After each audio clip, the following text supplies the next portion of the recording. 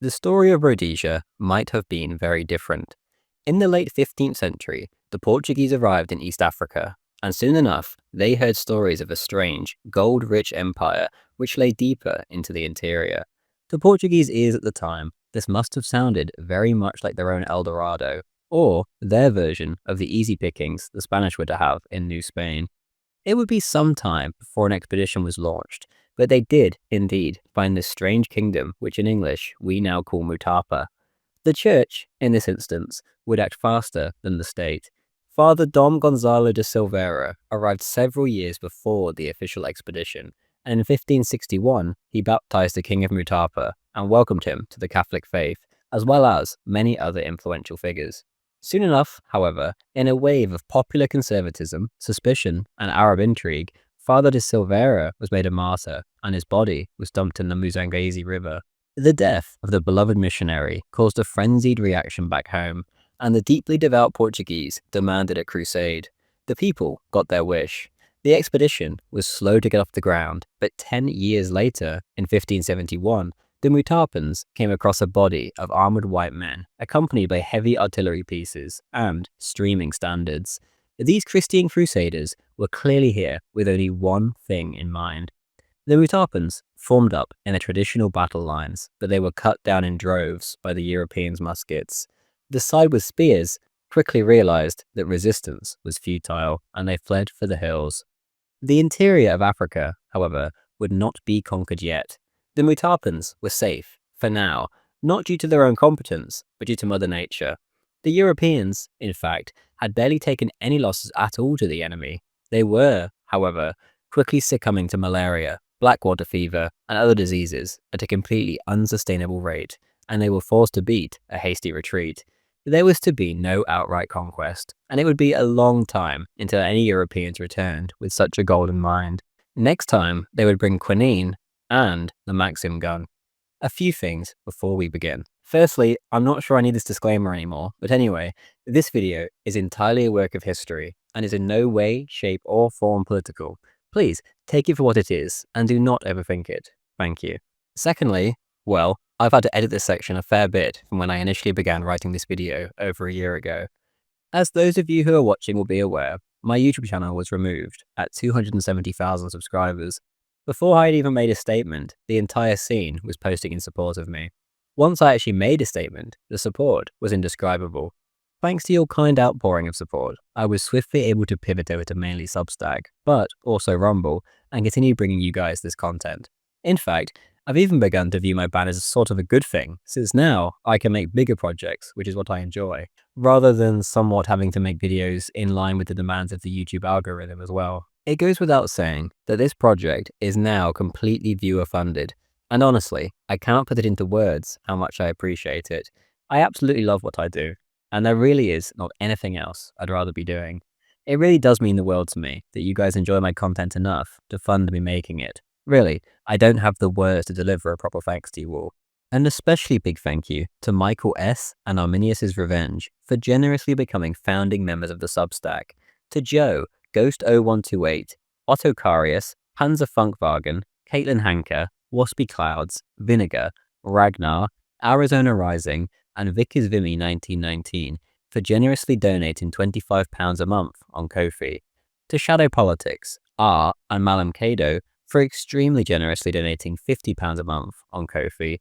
And what am I even meant to say regarding Penance, who is kindly donating £100 a month, and to Arzi, who appears to have lost his mind and is donating £250 a month.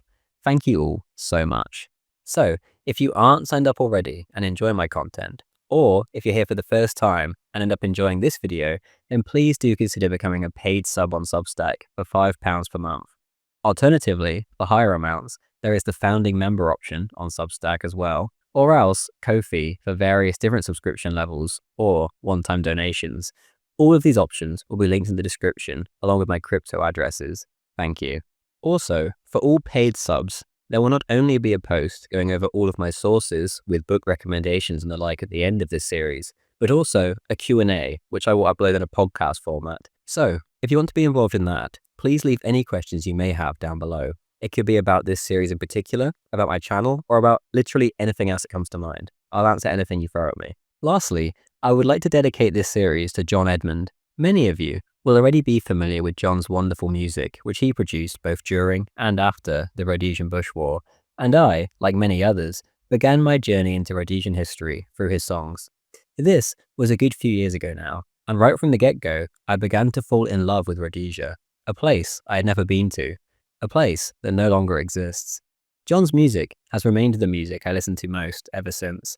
In an age of degenerate and meaningless music, there really is just something magical about John's songs, which all relate to something special which my people, the British, created. Rhodesia, but especially independent Rhodesia, really was something special. The spirit of togetherness in which the nation stood as one whilst the world was against them truly does shine through in every single one of John's songs. There is much to take away from the Rhodesian struggle, which we can apply to our own.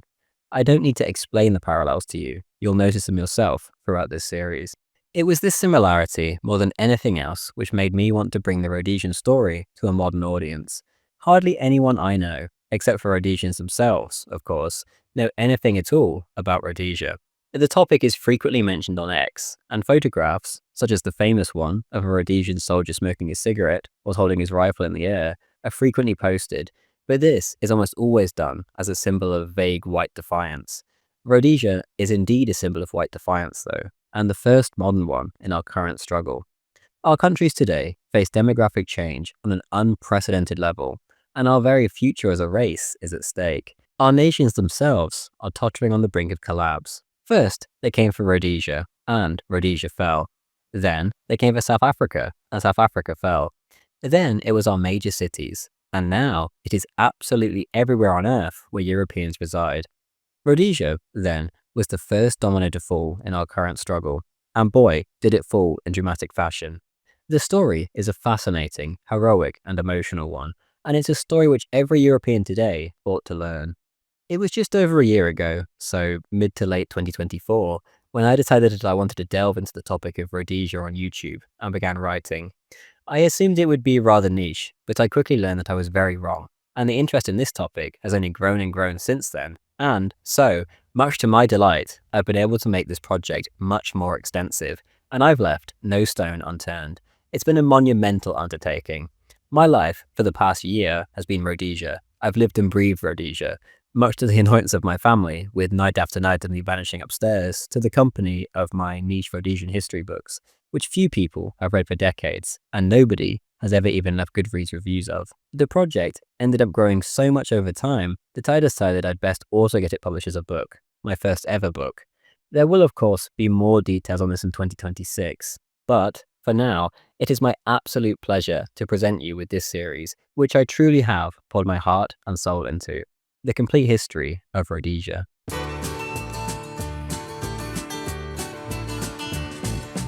In 1870, almost 3 centuries since the Portuguese expedition, an Englishman named Cecil Rhodes set sail for South Africa. His brother, Herbert, had long wanted his younger brother to come out to South Africa to join him in the cotton trade, and now that he was in ill health, young Cecil's doctor recommended he take up the offer as it would prove beneficial. When he arrived at the Durban docks after 2 months at sea, he must have seemed extremely ordinary, and indeed, he was. This sickly young boy would not have stuck out from the crowd at all, the very definition of average, if that. Neither he nor any of the other immigrants on that ship knew that this 17-year-old would change Africa forever. A lot had changed in the past 3 centuries. The mighty Boer had long since settled in South Africa and trekked ever northwards, armed with their muskets and their Bibles, halting the Bantu migration in its tracks, and replacing the southwards black tide with a northwards white one. In the early 1870s, diamond fever swept South Africa, and young Cecil was not able to resist for long. In fact, his brother had already abandoned the cotton and set off north to chase diamonds. The find on a farm owned by the De Beers brothers was the greatest of them all, and it was this that broke young Cecil. Soon enough, he was off on his 400-mile journey to the mines of New Rush, later to be renamed Kimberley.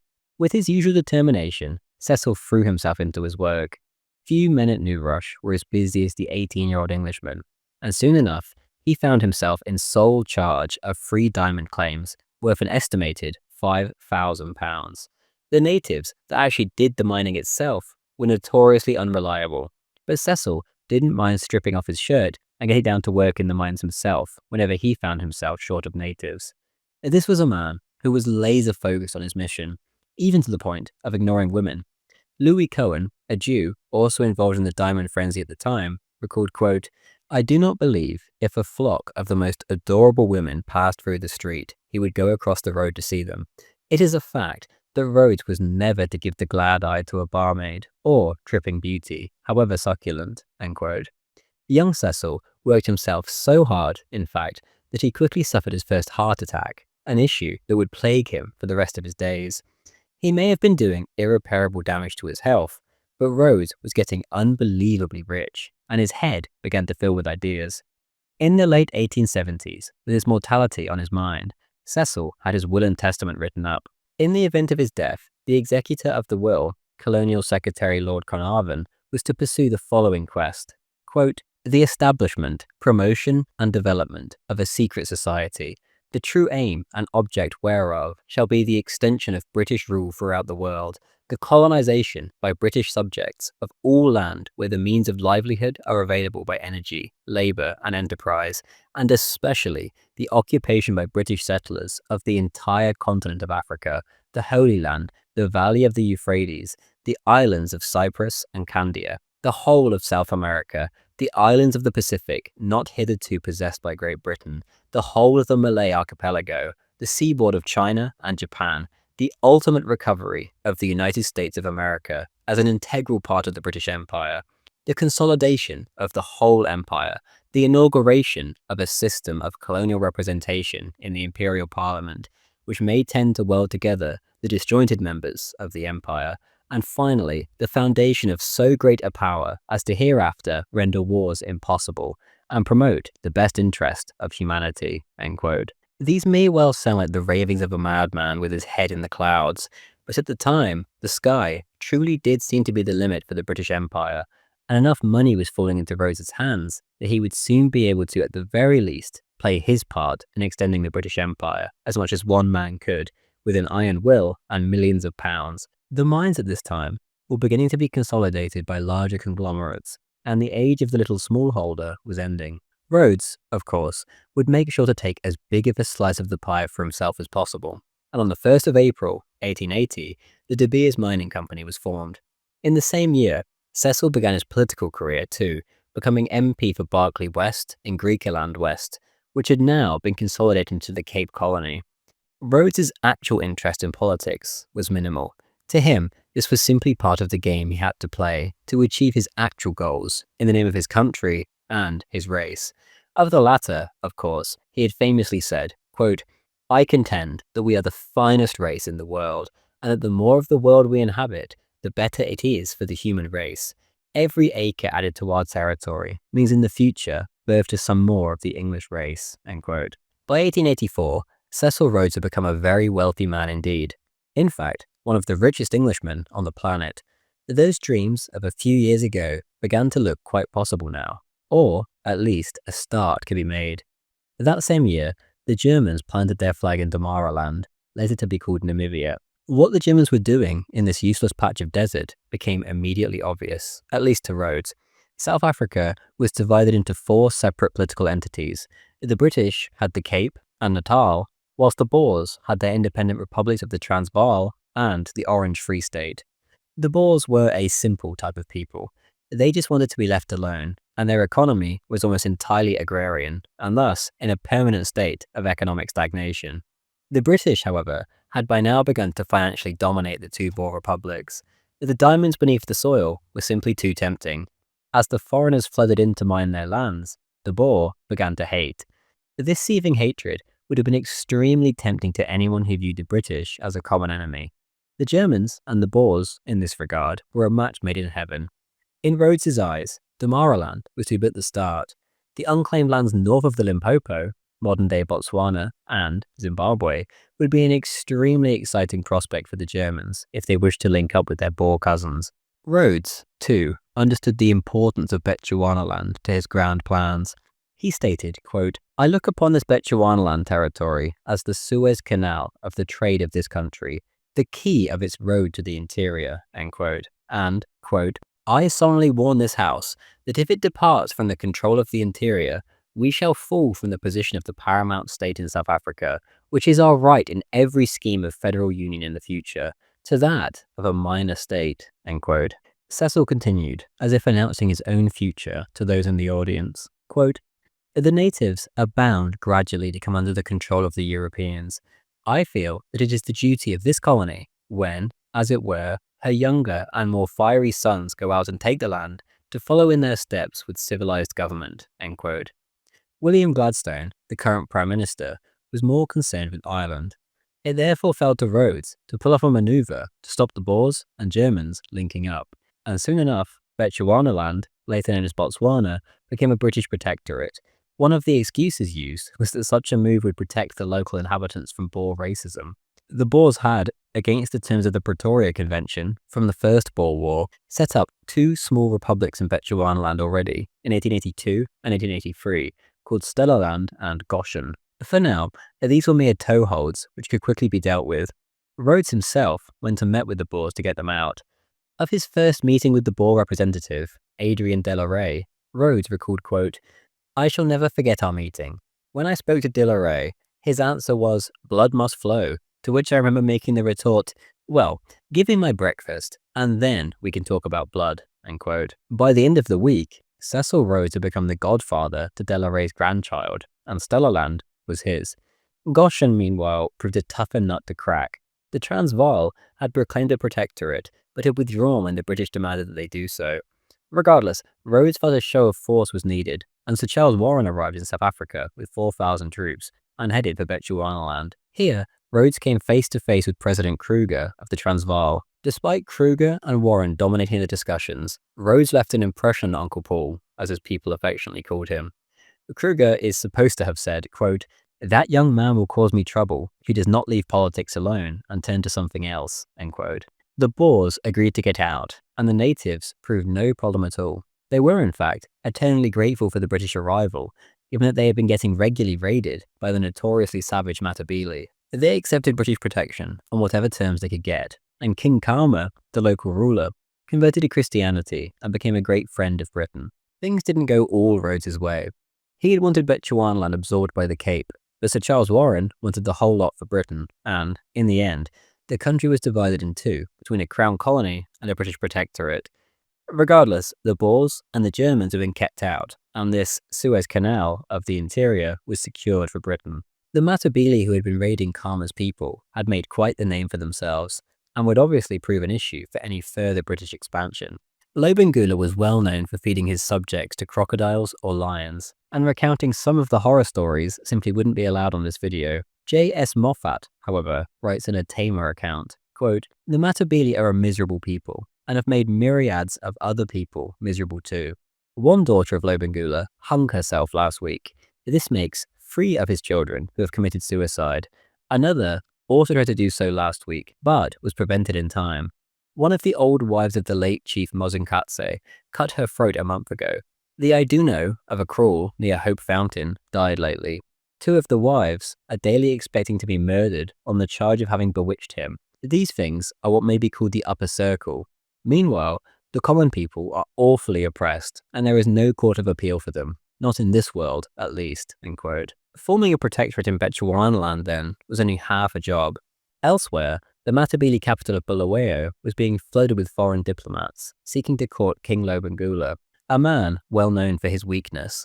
Lobengula had the Boers, the British, the Germans, and the Portuguese all knocking at his door. The future was here, and he knew he would have to make some kind of concession. King Khama in Bechuanaland seemed no worse for having accepted the British protectorate there, and so Lobengula had often considered following suit, but could never quite take the leap. Conservative forces in his country proposed that all white men be slaughtered in his lands. This option, however, would ultimately bring the final destruction of his kingdom. Eventually, Lobengula's indecision came to an end, and it was the Boers, of all people, who won out. An Afrikaner trader named Piet Grobler got the king to sign a general treaty of friendship and amity with the Transvaal Republic. On his way home, however, Grobler was murdered and the treaty vanished. This was almost certainly just banditry. But regardless, word reached Rhodes, and he knew he had to act fast if he was ever to fulfill his dream of painting the map imperial red from the Cape to Cairo. On Christmas Eve, 1887, Sir Hercules Robinson was watching the Grahamstown races when suddenly Cecil Rhodes appeared with his friend Sir Sidney Shippard, a mid-level British colonial administrator and Assistant High Commissioner for Bechuanaland. Sir Hercules, who was a great admirer of Rhodes, was told about the Piet-Grobler Treaty and said that the loss of Matabele land was imminent. A protectorate must be declared immediately, Rhodes said. Sir Hercules was unwilling to take such a step, but he suggested that King Lobengula be approached with a similar treaty to the one he had just recently signed with the Boers, which would give the British an option on the territory at least. This hardly pleased Rhodes, a man of such grand ambition, but ultimately he knew it was his only option, at least for now. For the task, he turned to John Moffat, a Scottish ex-reformed missionary who, like most missionaries, had failed to bring Christianity to Africa. Moffat, however, was still on good terms with Lobengula. Moffat would later throw a fit about it, but he was the first piece in Rhodes's elaborate conspiracy. Lobengula responded well to Moffat's overtures, a man he considered a friend, and he was receptive to signing a treaty of friendship with Queen Victoria. This treaty, he believed, would be the same as the one enjoyed by his fellow Africans of Bechuanaland, a simple tender of British protection. Conservative circles in Bulawayo, the Matabele capital, were of the opinion that nothing should be signed, primarily due to the fact that not a single Matabele in that settlement could actually read or write. Ultimately, however, Lobengula attached his seal to the following document on the 11th of February, 1888. Quote, "The chief Lobengula, ruler of the tribe known as Matabele, together with Mashona and Makalaka tributaries of the same, hereby agrees to the following articles and conditions. That peace and amity will continue forever between Her Britannic Majesty, her subjects and the Matabele people, and the contracting chief, Lobengula, engages to use his utmost endeavours to prevent any rupture of the same, to cause strict observance of this treaty, and so to carry out the treaty of friendship which was entered into by his late father, the chief Msiligas, with the governor of the Cape of Good Hope in the year of our Lord, 1836. It is hereby further agreed by Lobengula, chief in and over the Matabele country, with the dependencies as aforesaid, on behalf of himself and people, that he will refrain from entering into any correspondence or treat with any foreign state or power to sell, alienate or cede or permit or countenance any sale, alienation or cessation of the whole or any part of the said Matabele country under his chieftainship, or upon any other subject without the previous knowledge and sanction of Her Majesty's High Commissioner for South Africa, in faith of which I, Lobengula, on my part, have hereto set my hands at Bulawayo and Matabele land, this 11th day of February, and of Her Majesty's reign, the 51st year." End quote. A period of uneasy calm set in, and the document was safe enough for Lobengula. Soon enough, however, Rhodes pushed for more, and he assembled a negotiating team to secure a mining concession from the king. They were Charles Rudd, Francis Matabele Thompson, and Rockford Maguire. The trio set off on the 15th of August, 1888, and soon enough, they arrived in Matabele territory, equipped with the huge sum of £1,000 sterling, a letter from Sir Hercules, supposedly on behalf of Queen Victoria, and a consignment of hard liquor, of which the indecisive king was incredibly fond. Despite being refused entry, the trio of Rhodes's associates simply marched on and ignored the native troops. Soon enough, due to their sheer audacity alone, they were in Bulawayo, where they were greeted by John Moffat and granted an audience. This, however, didn't lead anywhere, and the trio set up camp on the fringes of the capital near the other various European concession seekers. The three of them found Lobengula to be a horrifying fellow, and the Matabele a beastly, filthy people. Maguire exclaimed as they sat around their table in their mud hut, quote, "Gad, what a beastly place that kraal is. What unspeakable filth. I'll never get these trousers clean after sitting in all that dung, and it'll take me the rest of my life to get the smell of those niggers out of my nostrils." End quote. If the trio thought one meeting was bad, then they would have been absolutely despondent had they known that they would have to remain in Bulawayo for the next 8 months. It took a long time for Lobengula to again deal with his visitors, and the atmosphere, in the meantime, was nervous and toxic, the trio often expecting to be slaughtered on a whim. In his book, The Rulers of Rhodesia, Oliver Ransford describes these early days in Bulawayo in the following terms. Quote, The other Europeans, however, slandered the new arrivals at every opportunity, and the events of the next few weeks are a confused story of clandestine negotiations, bribery, deals that never came off, intrigues, and denigration of other concessionaries, end quote. And W.D. Gale writes in One Man's Vision, quote, the life they were compelled to live during those 8 months imposed a severe strain on their endurance. For Maguire, it was especially difficult. He was completely out of his element, and to make matters worse, the natives kept them under close surveillance. If they attempted to find some relaxation in an idle walk, a horde of men, women, and children followed in the conviction that they intended some dire mischief or other. The natives, generally, completely distrusted the white men. Forced to stay in their hut, the free men played backgammon until they were heartily sick of it. Another inconvenience was that they could not bath. The natives used fat to preserve the shine of their black skins, and could not understand, and consequently resented, the white man's preference for water. The surreptitious sluicings in which they indulged in their hut were inadequate for Maguire. One day, unable to stand it any longer, he decided to risk a bathe in the Umguza River, which flowed near the royal kraal. Armed with toothbrush, tooth powder, soap, and towel, he went down to the bank, stripped regardless of the curious eyes of a crowd of natives, and jumped into the water.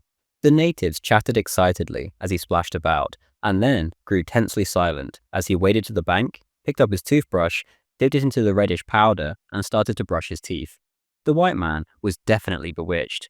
With a yell, several warriors seized Maguire's clothes and rushed off with them as irrefutable evidence to place before the king.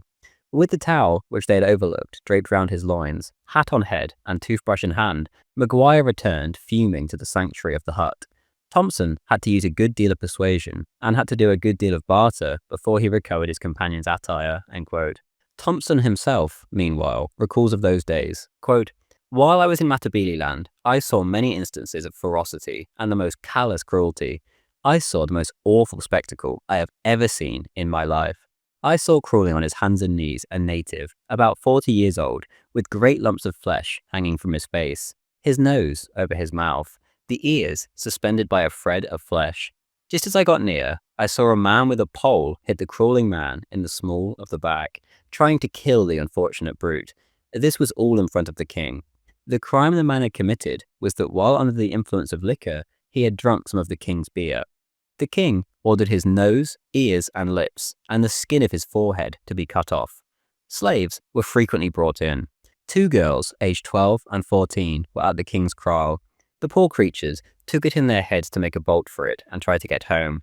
Young warriors, about 20 years old, were sent after them, and they were caught near Imshanyani, almost dead from hunger. They were brought back and fed for a day, and then thrashed by the dog. 20 boys, aged from 12 to 18 years. A native named Kamalo, whom I knew well, was sentenced to be stoned to death for witchcraft. Hundreds of men were killed in this and other ways.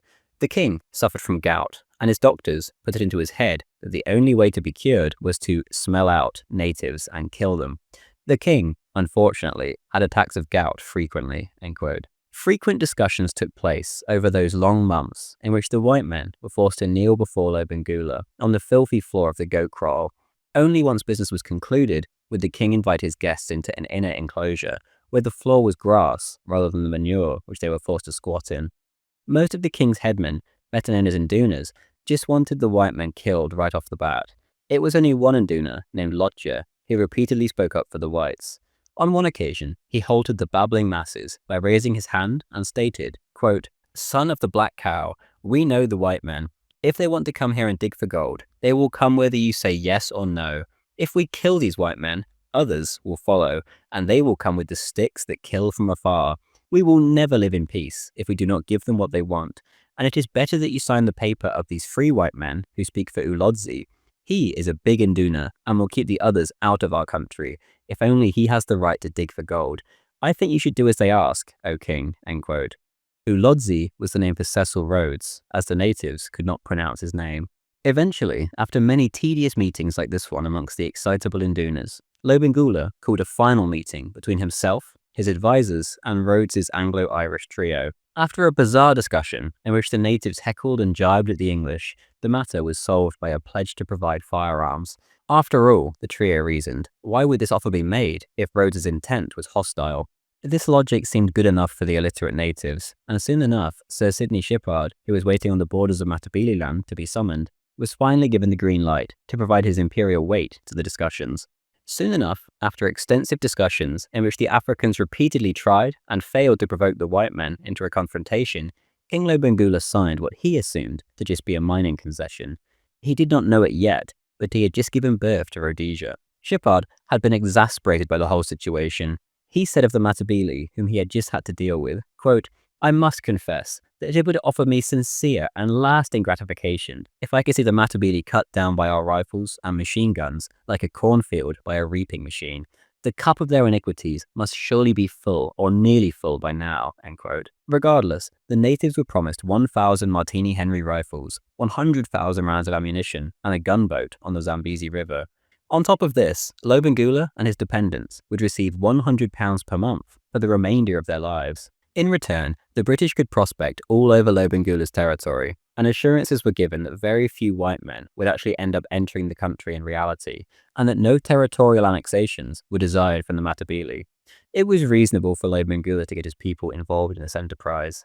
As L.H. Garn writes in his A History of Southern Rhodesia, quote, "The tribesmen knew the value of the yellow metal as well as the whites, and even if they did not, traders would soon apprise them of the market price.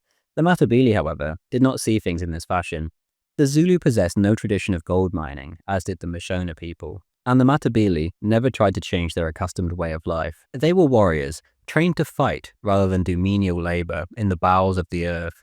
Even the employment of Mashona slaves would not have helped, for they would still have had to work as foremen and supervisors on jobs completely different to anything they knew. The Matabele, therefore, preferred to work with the whites and get a small but regular payment instead of mining metal themselves," end quote. As for the written document itself, which the illiterate natives ended up signing, Peter Baxter writes in his book, Rhodesia, A Complete History, quote, "The text of the concession, as Maguire prepared it, contained all the specific rights conceded to Rhodes, and yet was conspicuously thin on reference to Lobengula's stipulations. Specifically stated was the fact that no more than 10 white men were to enter the country for the purpose of mining. To this, Rudd agreed, but it did not appear in the subsequent text. The written document was also deliberately vague about the extent of operations proposed, and, in fact, imposed no limitations on itself at all. The unlikely villain in this piece was none other than the Reverend Charles D. Helm. Playing very heavily on Lobengula's trust, he committed a blatant deception. Despite the obvious omissions on the text, Helm added his signature to it, stating that it represented exactly the words and intent that had been agreed upon by the two parties. Much later, he admitted the deception in a letter to the London Missionary Society, end quote. It was not as simple as mining rights on the British side either, of course. Baxter writes of the man himself, quote, "Rhodes had only an academic interest in what might be discovered. He had passed beyond the simple quest for money. His principal desire was now to create a society where Englishmen of character and industry could build a homeland and thrive. He sought the expansion of British interests in Africa for its own sake, to drive the influence of the empire deep into the interior of Africa.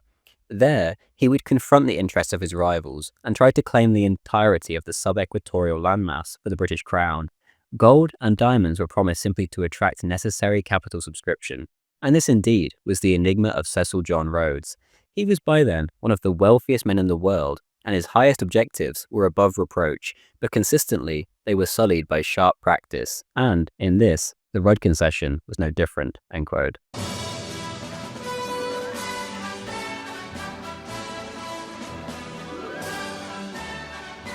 News of the document quickly spread, and word began to filter back to Bulawayo of how it had been interpreted. The king, inundated with bad advice from his own people, and subject to intrigue from Rhodes's rivals, and the Boers especially, quickly decided that he had been duped.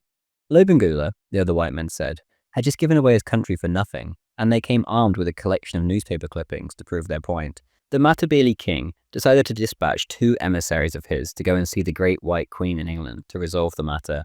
The Boers' complicity in this scheme is obvious, given that the 2 emissaries were not only allowed to travel through their lands, but also on the inside of a mail coach, almost certainly the first 2 blacks to ever do so in the Transvaal. Rhodes was never keen on having the document published in the first place, and considered many aspects to not be fit for public consumption. After all, How exactly was the public meant to interpret Lobengula, the chief of one of Africa's most savage tribes, being armed with 1,000 Martini Henry rifles? This, out of context, would have appeared as somewhat of an affront to white supremacy in South Africa. The public could not, of course, understand Rhodes's greater plans for the North. To prevent any kind of public outrage, the diamond magnate had Charles Rudd cook up a discreetly worded version for the masses and had it published in the Cape Press in late November. The rifles were, of course, not mentioned. Initially, Cecil was absolutely jubilant at what had been pulled off, exclaiming, quote, "Our concession is so gigantic, it is like giving a man the whole of Australia," end quote. Now, though, there was serious reason to worry. Rhodes tried his best to delay Lobengula's emissaries and fell into a panic. It appeared as if everything was unraveling. On the 18th of January, 1899, Lobengula dictated a letter which stated, quote, "I hear it published in newspapers that I have granted a concession of the minerals in all my country to Charles Donnell Rudd, Rockford Maguire, and Francis Thompson. As there is a great misunderstanding about this, all action in terms of the said concession is hereby suspended, pending an investigation to be made by me in my country," end quote. By the time this letter had even reached the South and was published in the Bechuanaland News, his emissaries were well on their way to London. Rhodes was also on his way to London, and before the Blacks could even make landfall, he had made a deal, and was making significant progress in his goal of getting his beloved Royal Charter.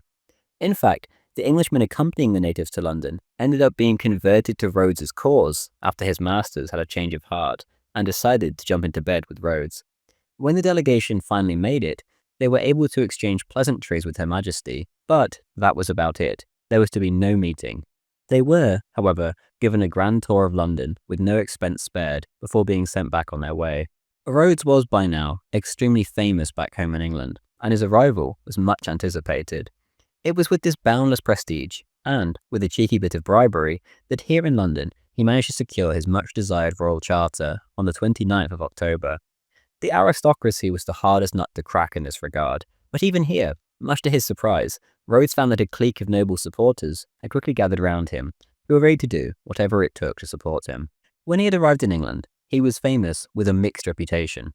When he left, with Royal Charter in hand, however, he was the darling of the nation.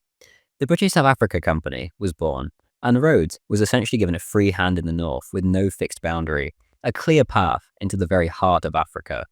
The company was free to form a police force, enter into treaties, acquire further concessions, and exercise, quote, "powers necessary for the purpose of government and the preservation of public order in or for the protection," end quote, of the territories they controlled. The only very limited restrictions related to a promise to abolish the slave trade, limits on the sale of alcohol to natives, a promise to respect local customs, and another to refrain from interfering with native religious practices, unless it was, quote, "necessary in the interest of humanity," end quote, to do so. Rhodes had now overcome almost every hurdle to begin his dream. Lobengula soon got word of Rhodes's charter and fired off another desperate message to the Great White Queen.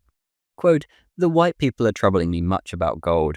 If the Queen hears that I have given away the whole country, it is not so. I do not understand the dispute, because I have no knowledge of writing," end quote. The king grew increasingly jumpy and called a meeting of his advisors. Here, on a whim, Lobengula had Lotje, one of his top advisors responsible for the concession, executed. One of Rhodes's agents, who was present, reported, quote, "He was taken outside the council kraal, and on kneeling down, he said, 'Do as you think fit with me. I am the king's chattel.'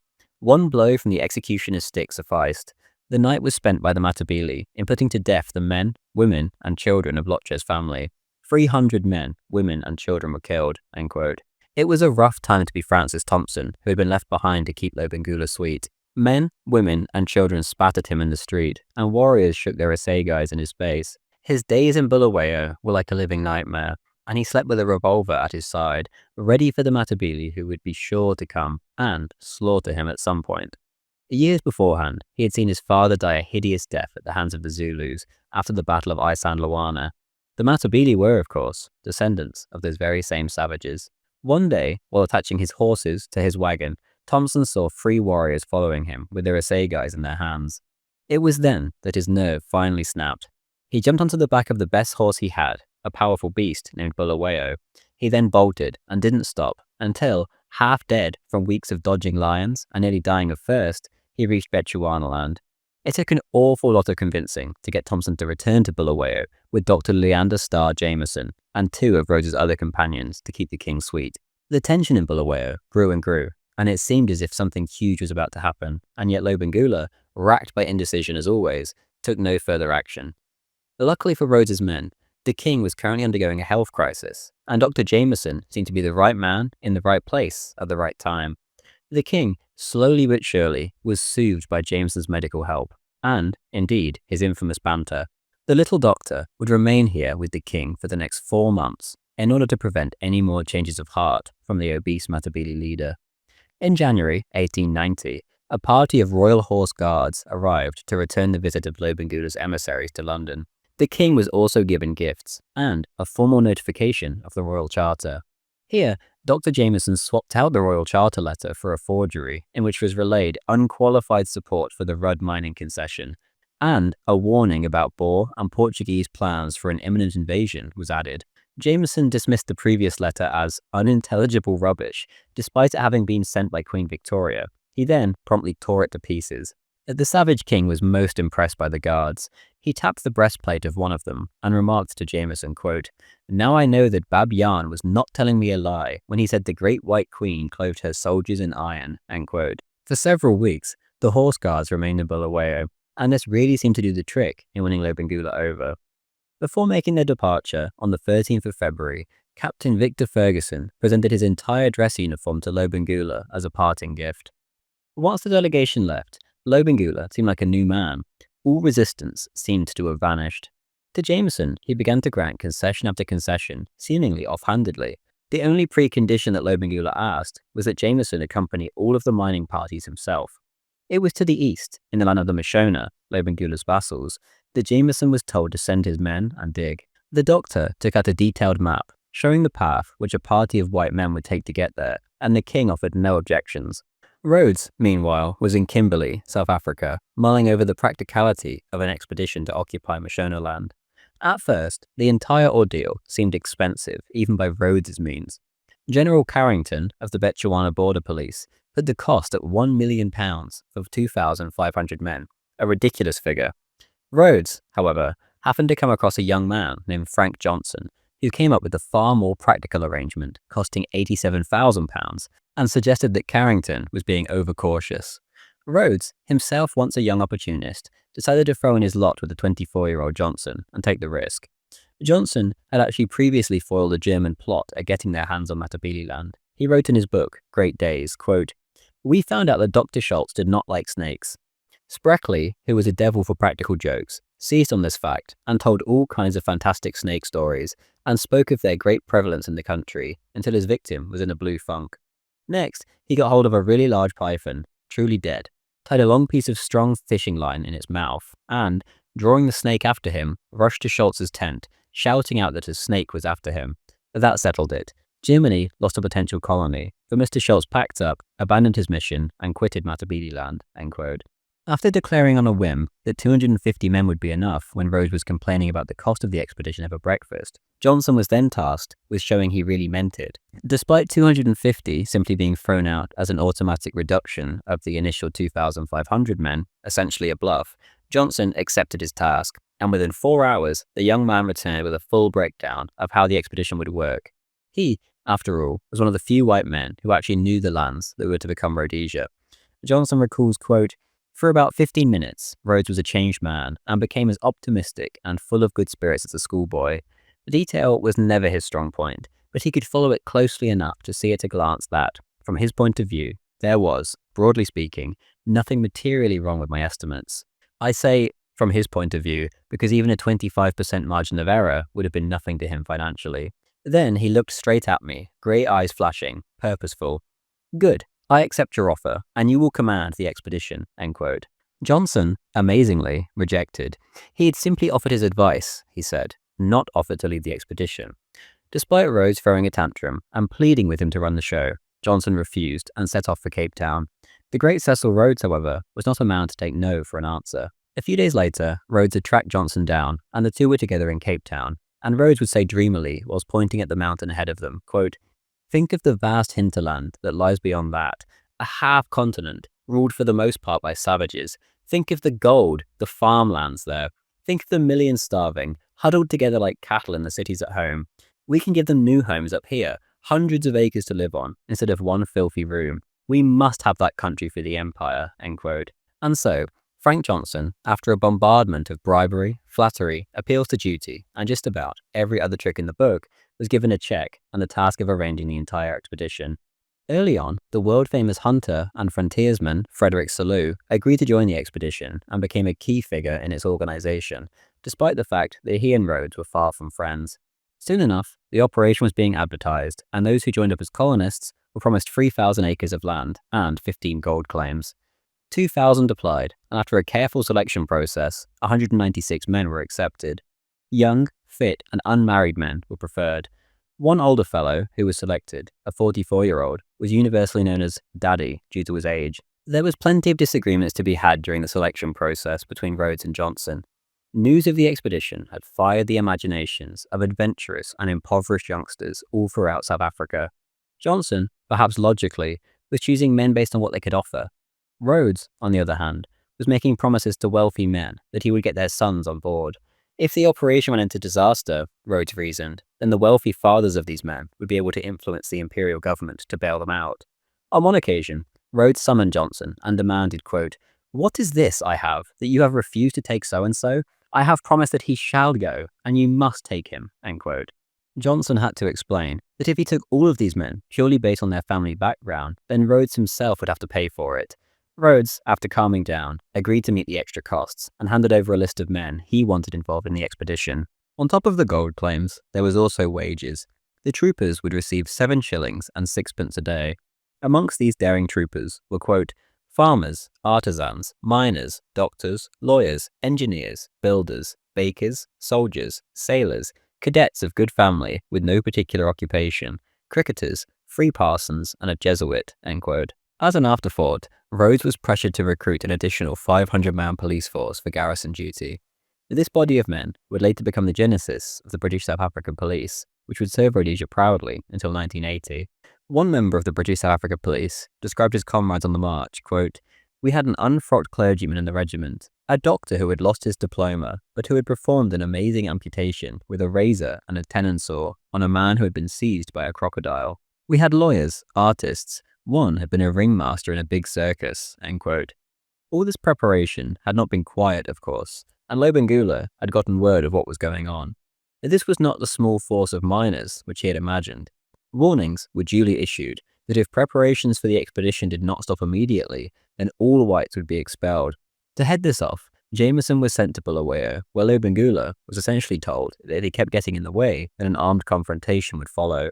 The inept king was being told to sit down and watch while Rhodes and his pioneers did as they wished with his country, or rather his vassal's country. 4 days after Jameson left Bulawayo, the pioneer column set off from Kimberley, heading through southern Bechuanaland towards Matabele Land. Across all of Matabele Land, in every barracks and every military kraal, the tension mounted. If Lobengula so wished, he could field an army of 35,000 highly motivated and enraged men, perhaps more.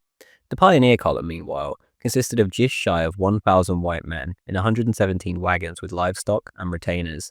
Rhodes was taking an enormous, albeit calculated risk. Lobengula protested and protested, but it was no good. The humanitarians back in England had now moved on to matters in the Congo Free State. Poor old Lobengula was left impotently appealing to Queen Victoria, or anyone else who he thought might listen. The response from anyone who mattered in South Africa was simple: we stand with Rhodes. The king was told that the soldiers with the column were merely for their own protection, and that there was no hostile intent towards the king or his kingdom. The whites plodded along, building a modern road ahead of them as they went, at a rate of about 12 miles a day, going from dawn until early evening. Each evening, Selous, perhaps the world's greatest scout, would pick the spot to set up a laager. Those who kept watch were accompanied by a state-of-the-art gigantic Royal Navy candle-power searchlight, which was supposed to terrify the natives. The Matabele was seemingly no threat at all and offered no resistance. There was, however, a force of 15,000 of them. On the 6th of August, the camp was visited by the British South Africa Company agent from Bulawayo with a letter from the king. Quote, "Who are you and where are you going? What do you want and by whose orders are you here? Where are you leading your young men to, like so many sheep? And do you think they will get back to their homes again? Go back at once, or I will not be answerable for the consequence. Do you not think that white blood can flow as well as black?" End quote. The white men pushed boldly forwards, however, ensuring Lobengula that they had naught but peaceful intentions in mind. A certain Colonel Pennyfather replied to the twitchy king, quote, "I am an officer of the Queen of England. My orders are to go to Mashonaland, and there I am going. We do not want to fight. We only want to dig for gold, and are taking this road to avoid your young men. But if they attack us, we know how to defend ourselves." End quote. Various black formations were spotted, but ultimately they never made their move, a testament indeed to Lobengula's ability to keep his army disciplined. Rhodes's men, led by the ever-reliable Selous, soon made their way through what came to be known as Providential Pass, and onto the cool uplands above where the livestock were then let out to graze, and a more casual camp was set up. It was here that the first cricket match in the country took place, and the site, in honour of the Queen, was called Fort Victoria, and garrisoned by the British South Africa Police. As soon as the fort was completed, the troopers, in true British fashion, got down to a game of football. 100 miles further north, another site named Fort Chartres was set up, and garrisoned as well. This, of course, was not the column's final destination. The men kept pushing on, and as they got deeper into Mashonaland, they found that their welcome grew ever friendlier. In One Man's Vision, W.D. Gale writes, quote, "At the few native villages that they passed on the way, the Mashonas were unrestrained in their delight at their coming, and gladly sold them everything they were able to supply." The arrival of the white men for this part of Mashonaland was one of the favourite raiding grounds of the Matabele. Here the Mashonas had few granite kopjes on which to build their primitive huts and seek safety from the bloodthirsty devils who haunted them. Their villages were planted on the open veld or on the sides of gently sloping hills and were more easily accessible. All along the route, the pioneers came across ruined villages, stark evidence of the tyranny that blighted this land. The villages that did exist were populated mainly by old men and women and a few youngsters who had escaped slaughter, the boys and girls having gone to swell Lobengula's Maholi, or slaves, tribes in Matabeleland.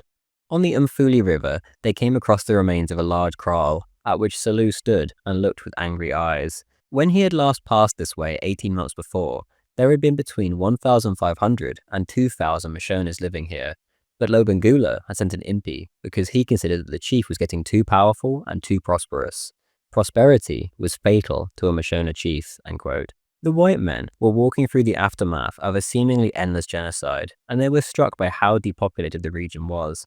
The population of Mashonaland at the time was merely around 100,000, and Selous reckoned that a similar number to that had been killed by Matabele raids over the years. In a letter home, written during the march, he wrote, quote, "The natives are few and scattered, and a very harmless and peaceful lot. They all seem delighted to see us, and make use of such expressions as, 'Now the white men have come into the country, we shall be able to sleep,' meaning they will no longer live in perpetual fear of the Matabele." End quote. On the 10th of September, Colonel Pennyfather and Captain Ted Bernard, the chief scout, rode on ahead, and at the location which they believed to be Mount Hampden, they founded Fort Salisbury, named for the Prime Minister, Lord Salisbury. 2 days later, the main column arrived. These lands laid in the territory of the elderly chief Harare, who could only watch in bemusement as the main column came to join the duo on the 12th. On the following day, the 13th, the Union Jack was run up a temporary flagpole, and the BSAP lined up in neat ranks, where prayers were then led by the Reverend Canon Balfour, and a 21-gun salute was fired. The pioneers were then released from their contracts and invited to go on their way to take up their land and gold claims. Not a single life had been lost during the march. When the news got back to Rhodes, he was over the moon. The operation had gone off without a hitch, and his dreams were coming true. He recalled later, quote, "When at last I found they were through to Fort Salisbury, I do not think there was a happier man in the country than myself." End quote. The British now ruled Mashonaland, the northeast of future Rhodesia, no matter what the native Africans, or the Portuguese in East Africa might say about it. Rhodes, however, was eager for more. He had gotten away with this, and believed he could push on and claim Manicaland, a belt of highland and mountains separating Mashonaland from the coastal plain owned by the Portuguese. Technically, Manicaland was not officially occupied by either party. To Rhodes, this spelled free real estate, and before the column broke up, he gave instructions to Archibald Colquhoun, the first administrator of the region, to see about getting in contact with Chief Matusa, the nominal ruler of Manicaland. He was to seek mining and prospecting rights before sending in a police garrison as an occupying force. Other instructions were left, with little hope of being put into practice, of pushing on into Portuguese territory and seizing a port on the east coast. Rhodes was certainly aiming big. In almost no time at all, to the shock of both Rhodes and Colquhoun alike, the latter returned to Fort Salisbury with a concession. Chief Matusa had in fact asked for outright British Crown protection from the Portuguese, or rather the mixed-race descendants of the Portuguese, who were known for being extremely bloodthirsty in that region. Back in Manicaland, however, the Portuguese turned up almost as soon as the British had left. King Matusa, crippling alcoholic that he was, blamed the entire ordeal on a drunken haze, tore down the Union Jack, and swore allegiance to Portugal once more. Major Forbes, however, a leading man in Rhodesian history, was observing from a distance. He waited for reinforcements and then simply stormed the numerically superior Portuguese camp with ease, and clapped both their leaders in irons before sending them to Fort Salisbury. Forbes and his 6 troopers then, amazingly, decided to make a push right to the coast to seize the Portuguese city of Beria. Early in the march, they were joined by a London Times reporter, who was almost immediately snatched by a lion and eaten. The lions, however, weren't even the biggest threat in this area, but rather the malaria. Luckily for Forbes and his men, however, they were ordered to return home by Colquhoun. Rhodesia never did get her seaport in the end. The opportunity was lost forever. After this, Colquhoun was condemned to the dustbin of Rhodesian history and was replaced as head of administration by Jameson. In early 1891, Jameson set off on a new expedition into Gazaland, consisting of 4 horses, 3 wagons, and 2 white companions. This, again, was technically Portuguese territory. After a horrifying journey, in which one of Jameson's companions nearly dropped dead from malaria, the trio made it, secured King Ngunganyane's signature on a treaty, and were then arrested on the way home by the Portuguese. After some sweet talk and a bribe by Rhodes, however, the trio were released. Back in Portugal, this was all a step too far.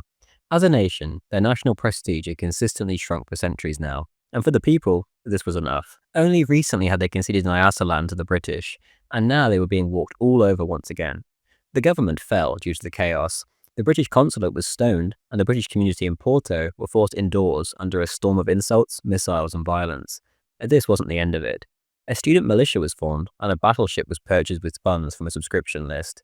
In late February, this ship full of student militiamen, 500 strong, arrived off the coast of East Africa and stormed inland towards Manicaland. After a feverish advance, they took up a fort that the British had abandoned due to disease and prepared for battle. The leader of the company garrison, which consisted of a mere 50 men, was a certain Captain Hayman. What he lacked in numbers, however, he made up for compared to the Portuguese in every other department. His opponents were demoralized after the long trek and lacked any kind of direction or cohesion. False flag signals were sent out to imaginary reinforcements. With almost no effort at all, the BSAC 7-pounder all but destroyed the fort, and the Portuguese were sent packing back towards the coast whence they came. Not a single Brit was killed or injured, except for a certain Trooper Green, who drank himself to death with the captured wine in the fort. Estimates of Portuguese losses vary from 30 to 60 killed. Now, it seemed, was another chance to dash to the coast. Hayman, with Rhodes's consent, sent off a patrol. "Take all you can get and ask me afterwards," was how Rhodes worded it in his letter. Sir Henry Locke, High Commissioner at the Cape, however, sent his military secretary to intercept the raid and send it back, which the patrol was forced to comply with. Rhodes, seething, had once again missed his shot at grabbing some coastal real estate. At the end of the day, though, as Baxter writes, quote, Mashonaland was now, in practical terms, a privately owned and administered entity, only nominally recognized as a British colony. As yet, it had no governor, but only an administrator and a small staff of frontier bureaucrats collecting a premium wage and dealing with a very limited scope of administrative responsibility. A trickle of new arrivals kept numbers steady, but those entering roughly equaled those leaving, and in general, the colony staggered through its first year, supported mainly by the company purse. Conditions were, of course, rudimentary, supplies scarce and always expensive, and complaints fertile and abundant. End quote.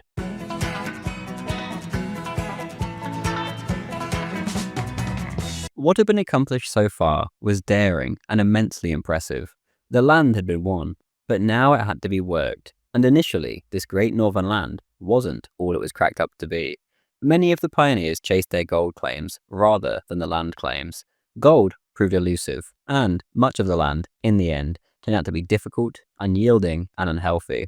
Transport had essentially come to a standstill due to the intense rainy season, which made imported goods, including medicine, very hard to come by. Food was scarce, and the settlers were reduced to a near-starvation diet.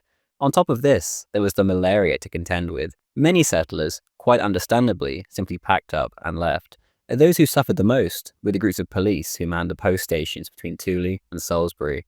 Their hardships were immeasurable, and the mail was often enough simply unreadable due to the deluge which had soaked it. When the post finally did arrive after months of delays, it was always a joyous occasion, regardless of the condition of the contents. W.D. Gale writes of one humorous occasion, quote, "The appearance of the postcard, an open Scotch cart drawn by oxen and manned by a trooper and a native driver, was eagerly awaited. It was always met outside the town by a crowd of impatient men, who followed it to the hut, which served as a post office, and would brook no delay in the distribution of letters and newspapers." On one occasion, the cart arrived while the postmaster, a phlegmatic colonial, was eating his dinner.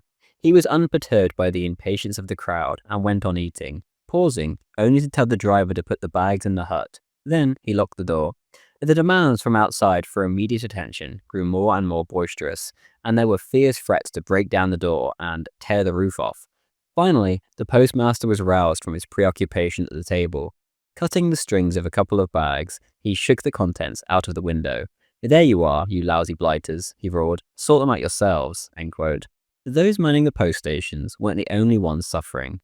The garrisons holding the forts, too, had a rough time of it.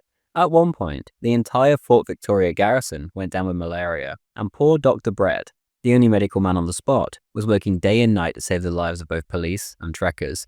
After the rains finally ceased, the hero himself contracted fever and simply no longer had the strength to combat it, and succumbed after a few days. In the infant Salisbury, they had a rather unique little problem.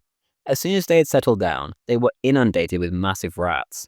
The huts of the white men yielded far more food than the native kraals they were used to patronizing, and so they absolutely swarmed over Salisbury. They ate everything they could get their teeth into, as well as clothing and boots. Often, some of the men would wake up to their fingers and toes being gnawed by the little pests. Rat hunts were organized to combat the menace, but the energy expended far exceeded the results. For a while, it seemed as if the rats had achieved a crushing victory. To make matters worse, the rats' natural predators, snakes, also decided to make an appearance, and they, too, became a menace. It was only when a certain elderly couple arrived, the Camerons, that things started to get better. To the absolute relief of everyone, it was discovered that the Camerons had brought a friend with them, their massive fat cat. The word quickly went around. When it was found out that the cat was pregnant, the settlers were absolutely ecstatic, and her kittens began selling for £5 each when she gave birth. But what followed was an absolute rat genocide. They were never again a serious problem. The settlers did, however, still have to deal with the mosquitoes, midges, borer beetles, white ants, and bullfrogs, but at least one problem was solved. Fort Salisbury remained bare bones, and the temporary offices remained around where the flagpole was first erected. The final location of the city that was to be founded here had not yet been established.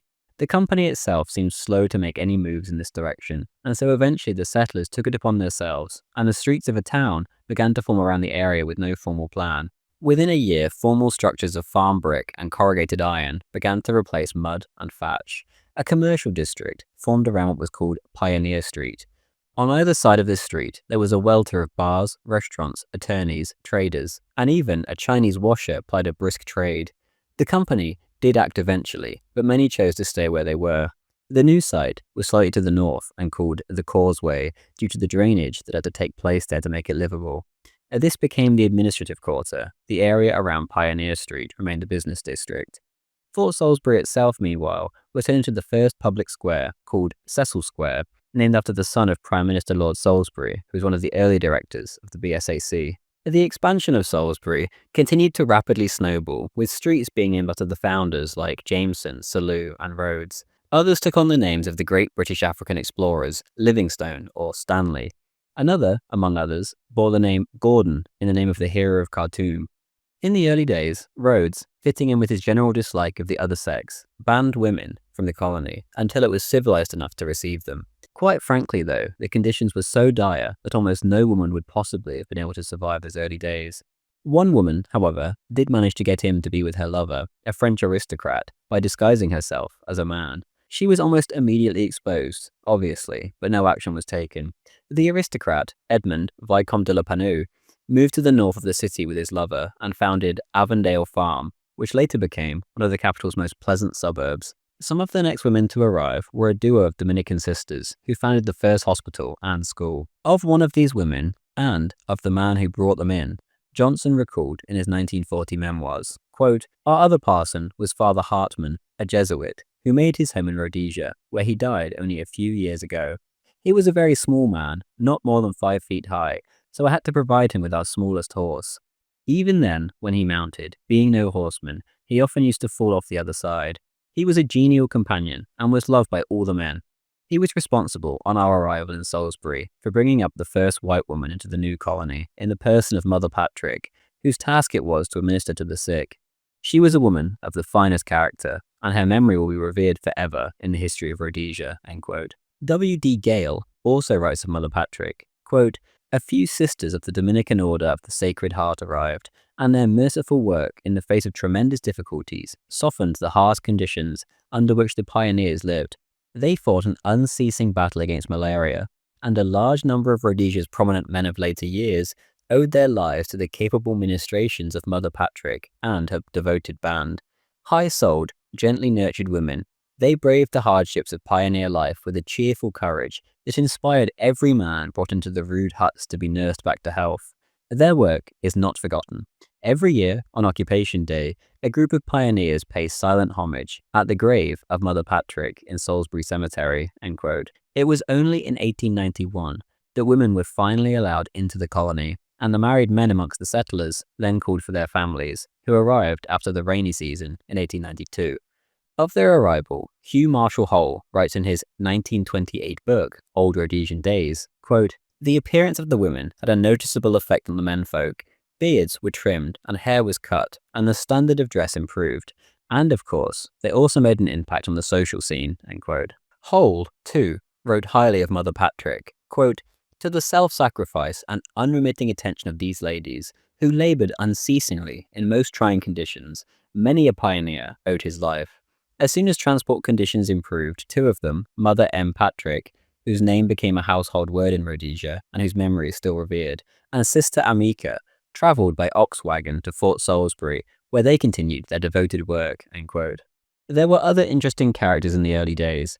Peter Joyce writes in Anatomy of a Rebel, quote, "Salisbury in 1890 was probably the least glamorous corner in all Queen Victoria's wide dominions. Life for the settlers was rugged, cheerless, and lonely. The unavoidable privations of the men were compounded by the misogynistic Mr. Rhodes, who held women to be a corruptive influence during the serious business of empire building and placed a total embargo on them. The first Rhodesians, predictably, took African mistresses. But despite all this, Salisbury survived and, in time, began to grow. Families made the long journey north, pegged their stands, opened small businesses, cleared the veld, and started to farm. A few brick buildings sprang up among the mud huts. A hotel was built, its bar thrived. Social life began to take on a veneer of polish. More people arrived. Most of those who came were ordinary, honest settler types, bent on starting a fresh life in a new country.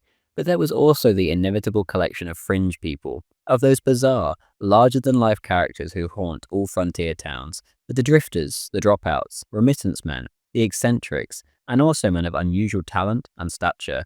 Big George Pauling, who built the first railroads, was a man of almost superhuman strength and gargantuan appetite. He would carry a horse on his shoulders, and frequently did so during bucolic evenings at the Masonic.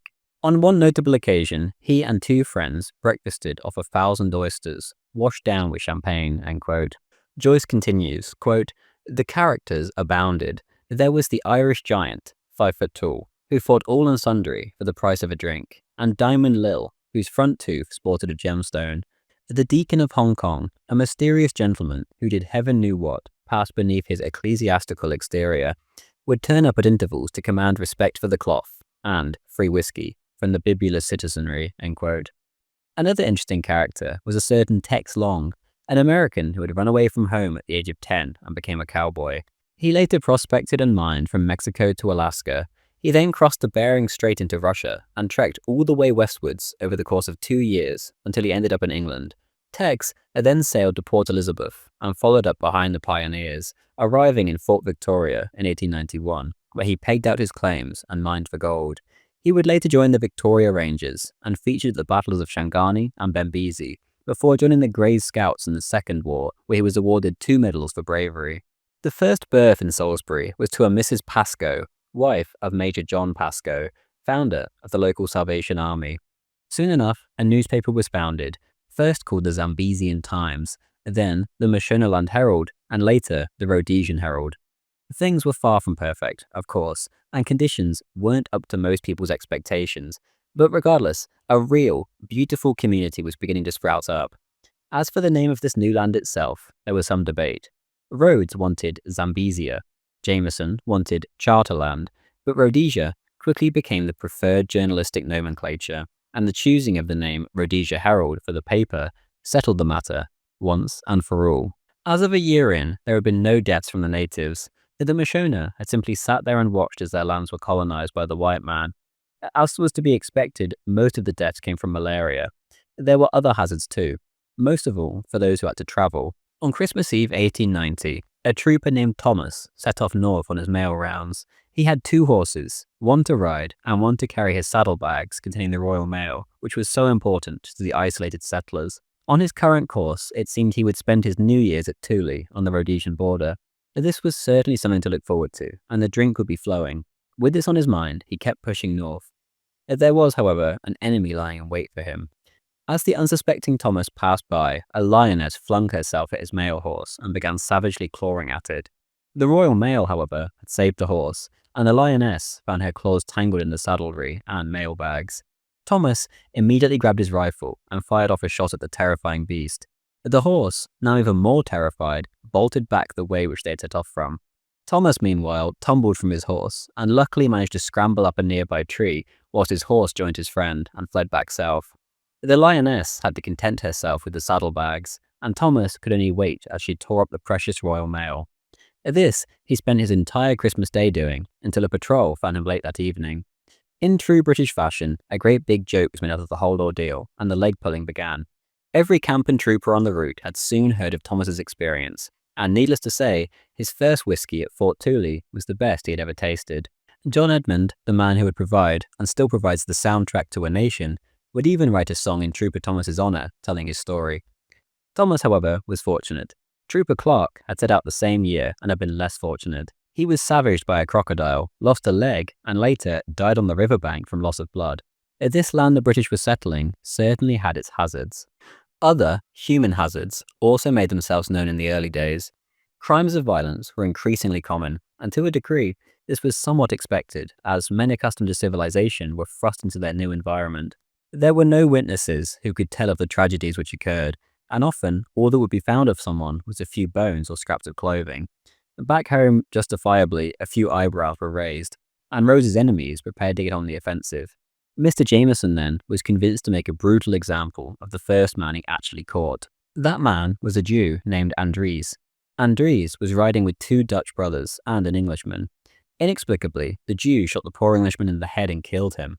The case was a bizarre one, and many chose to believe Andries' pleas of innocence, but Dr. Jameson was absolutely convinced. A court found Andries guilty, and he acquired the dubious honour of being the first and, at least as of the late 1930s, according to W.D. Gale, only white-skinned man to be hung for murder in Rhodesia. The tough measures did the trick. Crimes of violence were suddenly far less frequent among the whites. Of the few white criminals that did exist, Hugh Marshall Hull writes, quote, "The position of white convicts in Salisbury, there were never more than 3 or 4, was in those days more humiliating than it would be in England, or even at the Cape. Practically the only way of keeping them occupied was to employ them on road making or similar work in and about the town, where, in such a small community, they were of course recognized by the man in the street.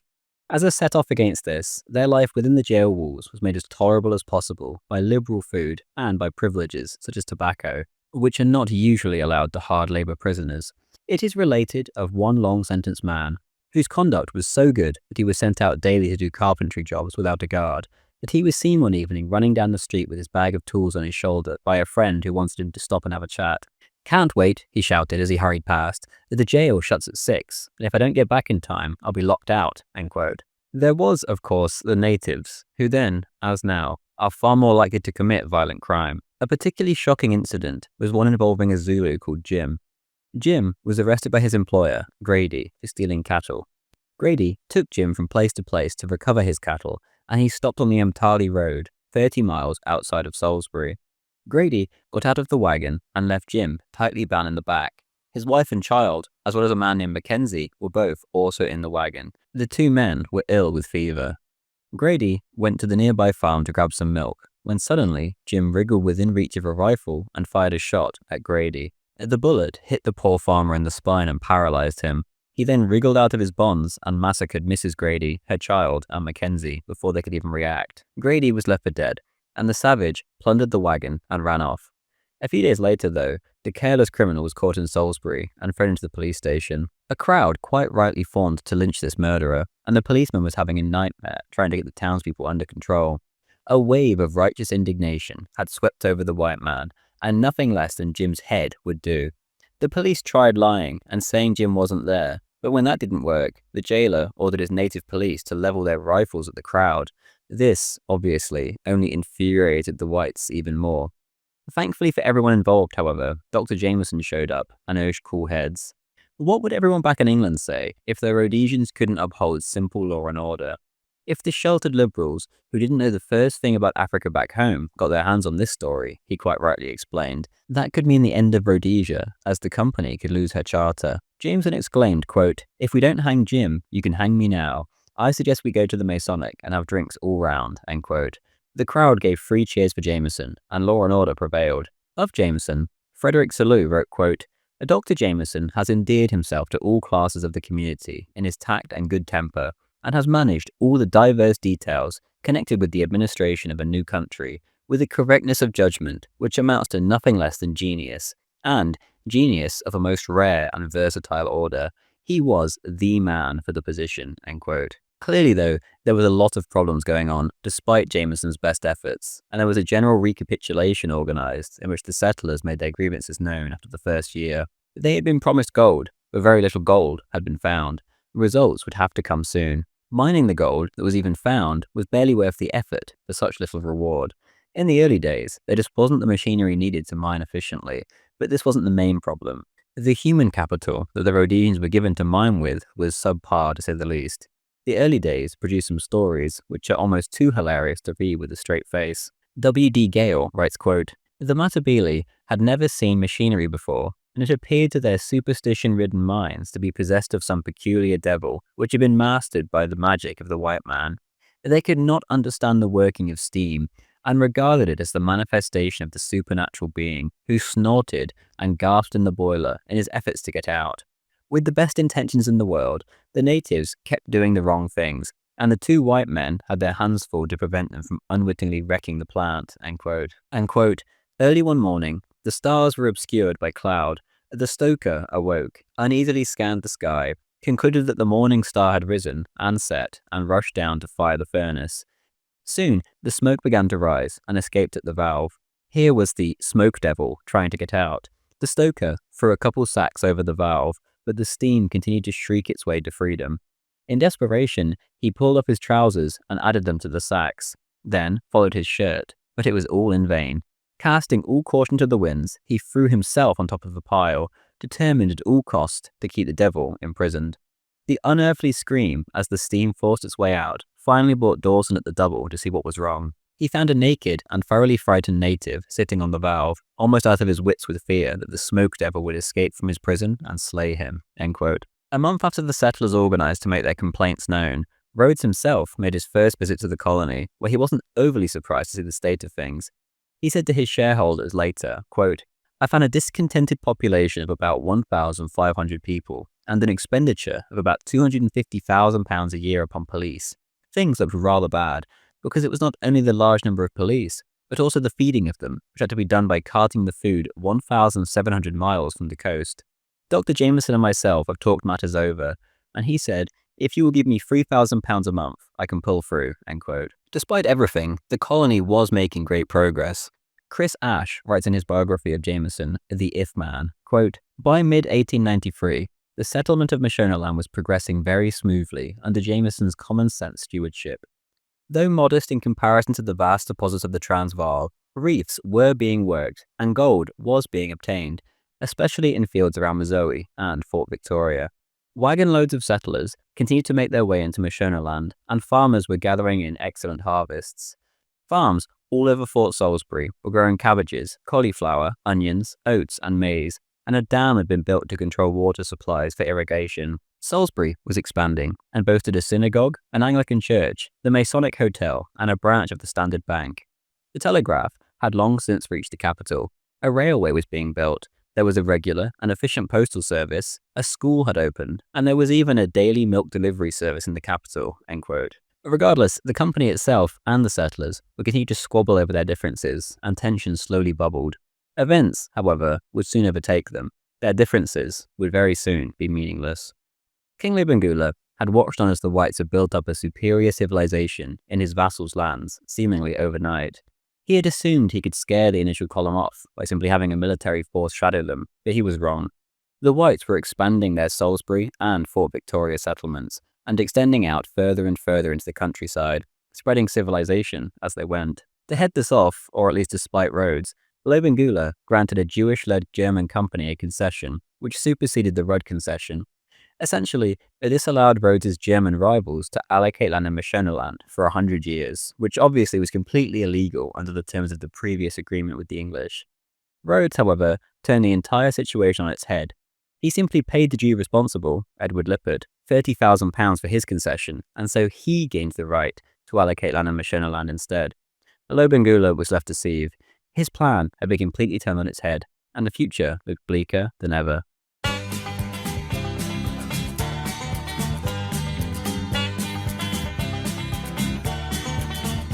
Peter Baxter writes of the inevitability of war with the Matabele, quote, "There were many reasons why war between the settlers and the Matabele was inevitable, but the main reason was that the Matabele knew no other way.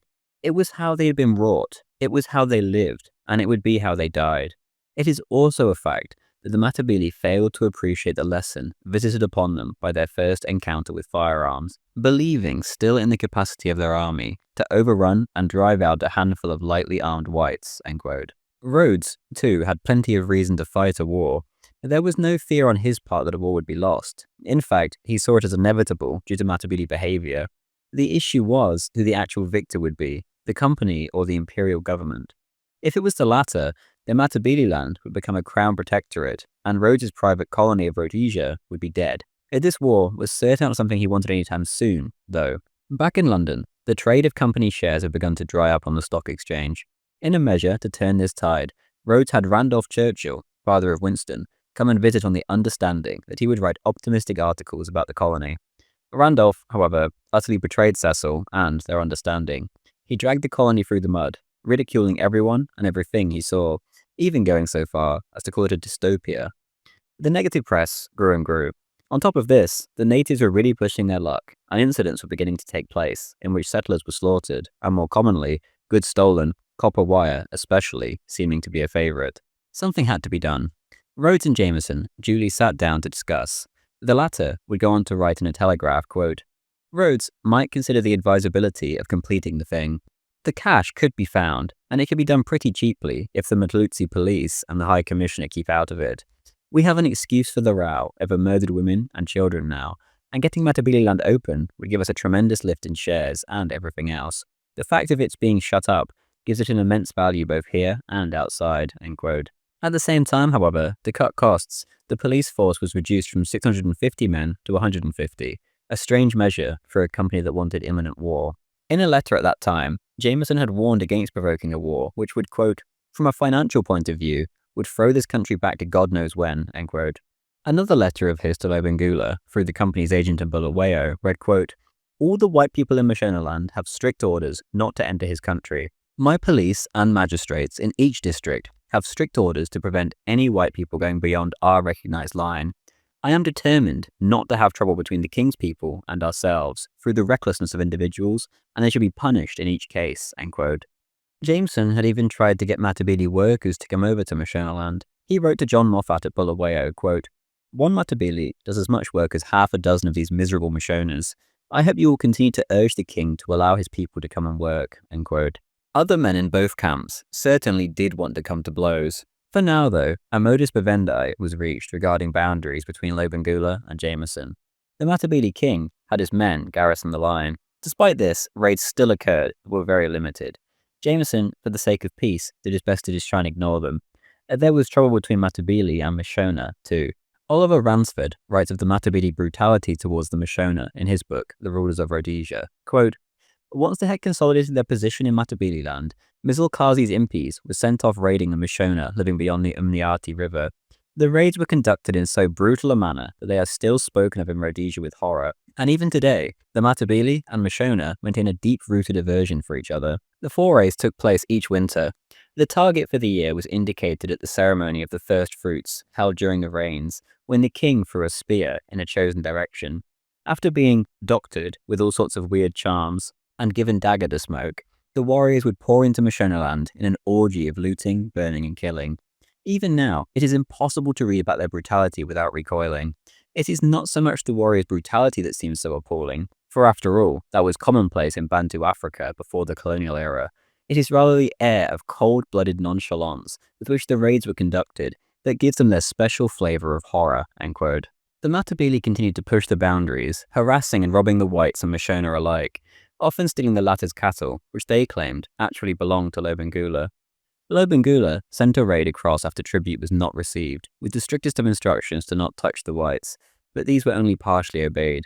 Jameson, who at first took a pragmatic view, was forced to re-evaluate, as the whites watched on in horror as their neighbouring natives, be they men, women or children, were butchered with the utmost ferocity by Lobengula's men. It is thought that around 400 Mashonas were killed. The whites had plenty of their cattle seized, and the destruction left in the wake of the Matabele was incredible. Jameson well understood that a turning point had come. This was but one in a series of savage raids. Another had seen a Mashona leader captured by 600 Matabele before being taken to Bulawayo and skinned alive.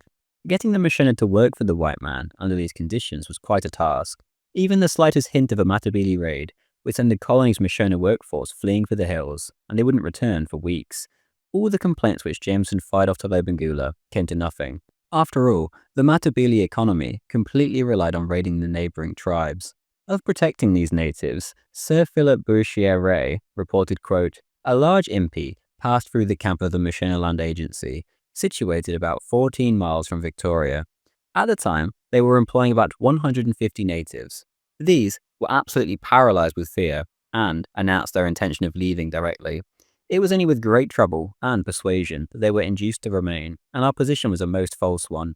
But the natives very plainly said, 'When you white men came into Mashonaland, you promised that if we worked for you, you would prevent the Matabele from raiding us. Here we are, working for you, and there are Matabele killing our wives and children and raiding our homes.'" Dr. Jameson, still desirous of maintaining peaceful relations, contented himself with again merely remonstrating. End quote.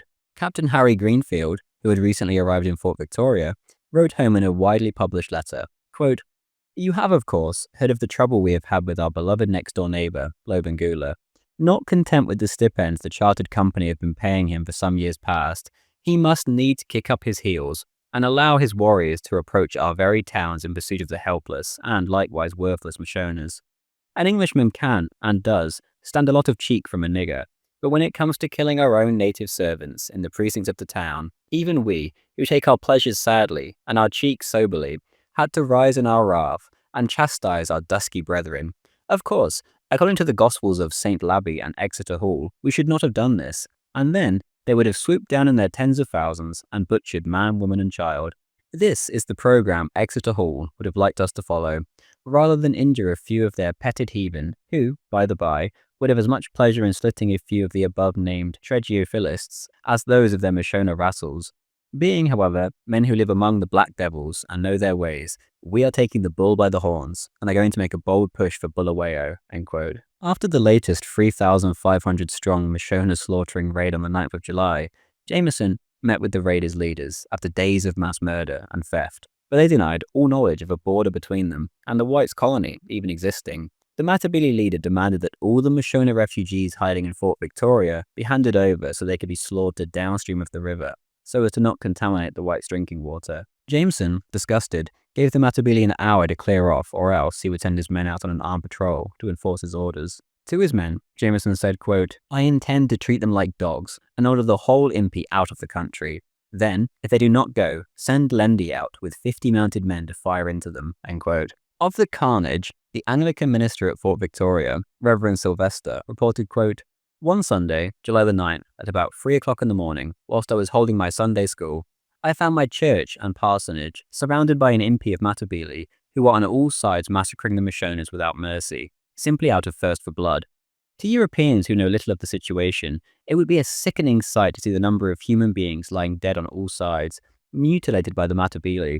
No Christian people can simply fold their hands and allow hundreds of their fellow creatures to be murdered wholesale," end quote. And Salou described one particular incident, quote, "Mr. Richmond, a prospector, having been summoned to Victoria by Captain Lendi, in common with all the white men who were living at the various mining camps in the outlying districts, was coming in with all his worldly goods packed on a donkey, but the donkey was being led by a Mashona lad, Mr. Richmond, walking behind.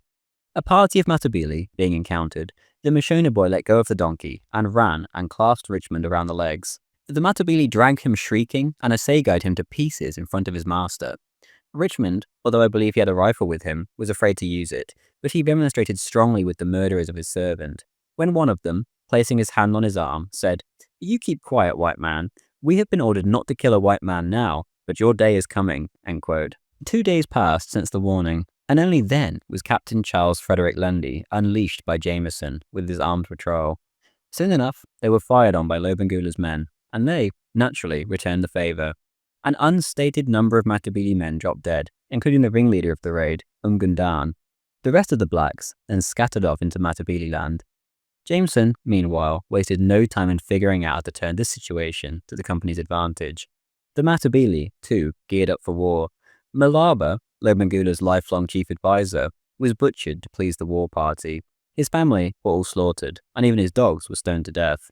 Rhodes' man in Bulawayo confirmed the obvious. War was inevitable. The Rhodesian response to these repeated Matabele outrages had been one of repetitively turning the other cheek and giving them an inch, only for the Matabele to take a mile again and again. The settlers demanded action and presented Jameson with a petition which read, quote, "Unless active measures are promptly taken to effect an immediate and final settlement, you must assuredly anticipate a certain number of people now here returning to the colony, or Europe," end quote. Rhodes first urged caution, and he sent Jameson a telegram simply reading, quote, "Read Luke 14:31, end quote. But this passage reads, quote, "Or what king, going to war against another king, sitteth not down first, and consulteth whether he be able with 10,000 to meet him that cometh against him with 20,000, end quote. Jameson replied that he had read the passage. He had indeed checked if he, the king of Rhodesia, was ready to take on the king of the Matabele. The most knowledgeable body of men in Rhodesia in regards to this kind of warfare at the time was the local Afrikaner population, and so off Jameson went to go and discuss it with them. Hans Sauer, one of these Afrikaners and an old friend of Jameson's, recalled, quote, "After dinner, Jameson asked me to go and find out what was the opinion of my Boer countrymen as to the strength of the military force that would be required for the conquest of Matabele land. I spent about 2 hours in interviewing various groups of Boers around their campfire, and found that the almost unanimous view was that a mounted force of from 800 to 1,000 men would suffice. I reported the opinion of my countrymen to Jameson, who seemed pleased that the estimate was so modest," end quote. Jameson's British Army sources had suggested that around 7,000 men would be required to take on the Matabele, but he chose to go with the Afrikaners. After all, had Rhodes not taken the exact same gamble with the initial pioneer column? Jameson wrote in 1899, quote, "5 words from Mr. Rhodes and 8 words from myself decided the question of our action in the First Matabele War. What a man of action, and not words, Mr. Rhodes is. Observe, too, Mr. Rhodes left the decision to the man on the spot, myself, who might be supposed to be the best judge of the conditions," end quote. Things quickly began to shift into gear. The publicity machinery of the chartered company flew into action, and Rhodes happily offered to underwrite the expense of an expedition from his own pocket. The board of directors could offer no rebuttal. All other critics were silenced or ignored. On the 14th of August, 1893, the Victoria Charter was instituted, guaranteeing each volunteer on this new expedition not only as much loot as he could lay his hands on, but also 20 gold claims and a 6,000-acre farm in Matabele land. The entire Matabele kingdom was up for plunder. Whether Lobengula himself was intent on war at this point or not is up for debate. His people, however, were thirsty for war, and he was effectively left with no choice. Even if he did somehow avert war, he would not be able to avert the typical raids, which would reignite the situation all over again. Even the imperial government in South Africa, however, had by now decided that Lobengula's savage reign of terror had to come to an end. It was now just a matter of time who would inherit Matabele land, company or crown. The crown was assembling her forces under the command of Colonel Gold Adams, as the Rhodes formed their three columns and quickly set off from Salisbury, Fort Victoria, and Johannesburg in the Transvaal towards the Matabele capital. If they did not beat the agents of the crown to the punch, then the company's shares would plummet and all would be lost.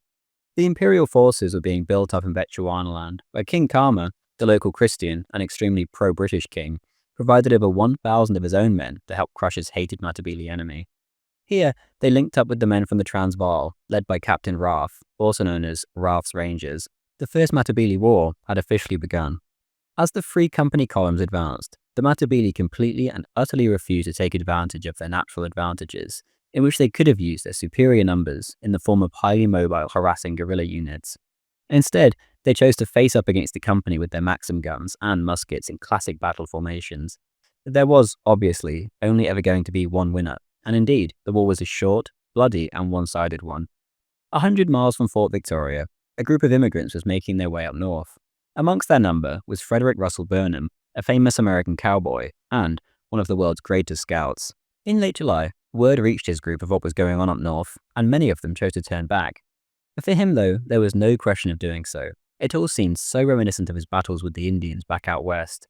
Upon arrival, he joined right up and did his duty for his new country, which he had only just arrived in. The two northern columns set off from Fort Victoria and Fort Salisbury on the 6th and 8th of October respectively. The latter, with Burnham leading the way, came across very little resistance. Soon enough, the extremely grateful Mashona were encountered. Major Forbes recalls the Mashonas the column ran into, quote, "They expressed themselves delighted to see us and hoped that we should be successful in exterminating their ruthless enemies," end quote. It was only on the 15th that the first clash occurred, known as the Fight at Indama's Kraal, with some Matabele cattle guards. Burnham recalled, quote, "The savages were armed with the same kind of rifles we carry, and evidently did not think it possible that 4 men could attack them. We rode straight at them until within 500 yards, then turned and went up the valley like a flash, and before the cattle guard realized what was up, we were upon them. We killed 12 in less than 5 minutes. We hardly missed a shot, while they were so excited that their bullets went wild. We rushed the animals out of the valley, but were attacked by the advance guard. These we fought for some time, but they recovered about 200 of their 500 head of cattle. We got clear with the remaining 300 and turned them over to our column. Then, reinforced by 10 more scouts, we returned to the attack and fought the advance guard until they suddenly brought up more than 1,000 warriors over the mountain who gave us volley after volley. The situation was getting serious, however, and we were forced to retire," end quote. The tiny group of scouts, though, had won the day, seizing 300 cattle and killing 22 Matabele warriors. The white man did, however, take her first casualty too. A certain Captain Campbell took a bullet to the thigh, fell from his horse, and was bravely rescued by his comrades despite being under fire. Dr. Jameson himself then had to amputate his leg. The operation was successful, but it was not enough to save him, and the captain died the following day. Buried with full military honours by the Anglican Bishop of Mashonaland, he became the first company casualty of the war. On the same day, the Victoria column had also had its first contact with the Matabele, killed around 24 of them and taken no losses. On the 16th, the two columns, Victoria and Salisbury, would link up, and from then on, they would move as one gigantic force. On the 19th, in the south, the 3rd column received 2 senior advisors of Lobengula's, as well as one of his young relations. They had a plea to deliver to Sir Henry Locke, the High Commissioner of South Africa. At one stage, the 3 were left unattended in the frontier settlement of Tati, whilst their white escort grabbed a quick drink. The natives then, for some bizarre reason, tried to steal a guard's bayonet and stab him with it. The scuffle turned into a shootout, and the 2 advisors were killed. Back in the north, the now united column pushed on, freeing natives from slavery as they went. The Mashona, too, kept contributing more and more men to the white man's crusade against the savage Matabele. For now, however, no major engagements took place. Manyisi, an elderly Matabele turncoat who had escaped his own execution at the hands of Lobengula, warned the whites that the Matabele would strike at the Shangani River. On the 24th, the river was reached. It was indeed a perfect place to strike, and yet still, the Rhodesians managed to ford the difficult river crossing with all of their wagons within an hour and a half. Lagers were set up on the opposite bank with adequate protection. Regardless, that evening, the Matabele did indeed intend to strike, and shortly before midnight, they were about to do so, until the Rhodesians coincidentally fired some flares into the sky. The Matabele believed this to have been the whites knocking stars out of the sky, and so superstition intervened. If knocking the stars out of the sky was possible for the white man, then they reasoned that the moon could be, too, and so their cover of darkness would be lost. No attack took place. At 4 a.m. the next morning, however, a few of the Mashona pickets disappeared into the bush to relieve themselves and never returned. A comrade went looking for them and stumbled across the entire Matabele formation ready to attack. Before being butchered, this brave native was able to fire off some warning shots to alert the entire camp. The American, Burnham, writes, quote, "A wild yell from the camp of the friendlies roused the whole force. Then came several scattering shots followed by the terrific war cry of the Matabele as they rushed our laager and the Battle of Shanghai began." End quote. The Mashonas were locked in brutal hand-to-hand combat with the Matabele, who were by now surging forwards through their camp and towards the white camp. The Rhodesians, however, were quick on the mark, and their laager quickly became a sheet of flame, as one Matabele prisoner would describe it. The men had immediately manned their battle stations, and the Maxim guns went into action against the surging horde of black bodies that was flowing towards them. An eyewitness reported, quote, "Immediately we stood to arms, and looking through the darkness, we saw thousands of niggers rushing towards us. When the Maxim gun started firing, there was a sudden check. They could not believe it, made another rush, and were checked again, and so on till daylight broke. And some of the most ghastly objects it has ever been my lot to see, and I was in Egypt, were visible. Bodies literally torn in pieces, and lying as near as 10 or 12 yards from the camp." End quote. Within half an hour, the first attack was over. The floor was a sea of dead or dying Matabele. Shortly afterwards, Captain Spreckley led a mounted patrol to look for stranded Mashona allies and loose horses. He and his men soon came across a mass of blacks, but whether they were Matabele or Mashona, he did not know. This mob then, according to Major Forbes, the Rhodesian commander, quote, "advanced down the slope in a most casual way, without hurrying or attempting to take cover, and I allowed no firing on them." End quote. Soon enough, however, the horde revealed themselves to be Matabele, and they surged forwards. Forbes, quote, "A heavy fire was poured on them from 2 or 3 Maxims and about 200 rifles. Our men were now all very cool, and ammunition was not so recklessly expended." End quote. Matabele from all around the laager suddenly joined the attack, and the second general attack had begun. This, however, ended much the same way as the last. More patrols were then sent out to mop up the surrounding bush, and there was a few minor skirmishes, but by 8:30 a.m., the Battle of Shanghai was officially all over.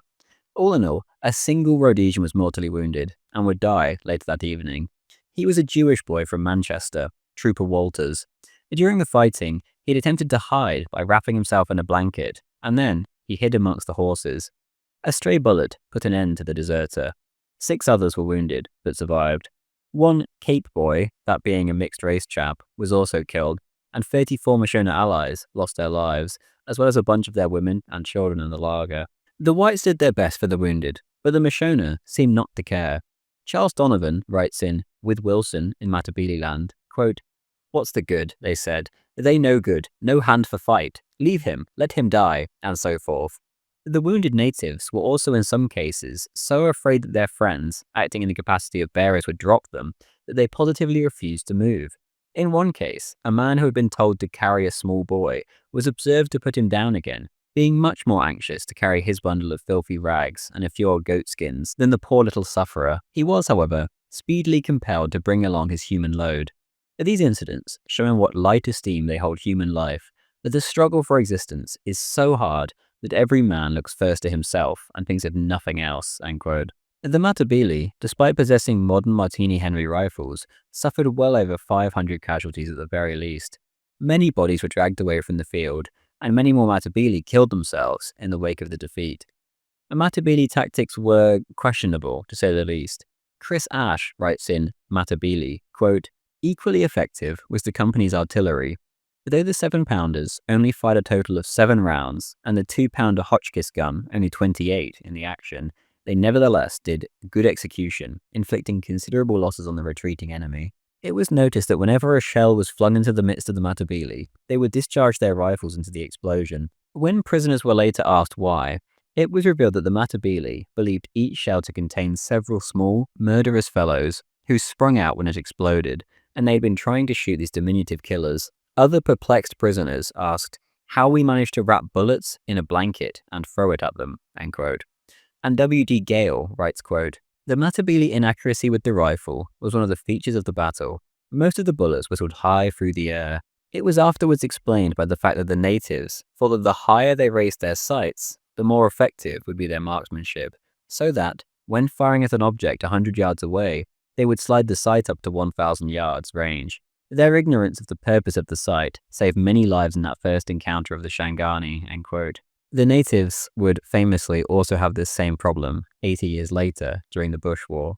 As noted, the Matabele managed to swarm into the Mashona encampment at the beginning of the battle. Captain Charles Donovan recalls of what he saw. For reference, Mr. Labouchere is Henry Labouchere, Liberal MP for Northampton. Back in those days, the man would have been called a negrophile, and essentially his job was to paint the British Empire as evil and the white man as the villain. The non-whites, wherever they were and whatever they did, were always the good guys. In his magazine, Truth, a silly name considering its contents, he would slander the British Empire day in, day out. Always, and without exception, Mr. Labouchere would side with Britain's non-white enemies. Today, Mr. Labouchere would simply be referred to as a libtard, one of those who consistently sides with the non-white invaders of the West, which commit regular, horrifying atrocities against the natives. In his day, essentially, he was the arch-libtard. On to Donovan's recollection. Quote, as I have said, I had no quarrel with the Matabeles, and at first was not altogether satisfied as to the justice of the war. But, after the Shangani fight, the sights I witnessed stirred every feeling of humanity in my breast, and induced a wild desire to revenge the terrible brutalities which these savages wreaked on their helpless victims. Defenseless women lay killed and mutilated in the most loathsome manner, simply because they had attempted to escape from the slavery into which they had been dragged years before. Here, a young woman and her baby lay pinned to the ground by an assegai. There, a poor little boy who had tried to hide himself with an ant-bear hole with half a dozen wounds in his miserable little black body. Again, another child with his intestines protruding through a cruel gash across his stomach, and, still alive, left by a refinement of cruelty to linger in torment. Neither old nor young were spared, and the numbers of those so treated were appalling. The Matabele warrior does not appear to care how or on whom he bloods his assegai, so long as it is soaked in human gore. I left the lager that day, holding staunchly the opinions of Mr. Labouchere and his supporters, condemnatory of the slaughter of the black man, but a quarter of an hour among such sights as these sufficed to convert me, end quote. Soon enough, the Matabele survivors from Shangani made it back to Bulawayo and told Lobengula all that had happened.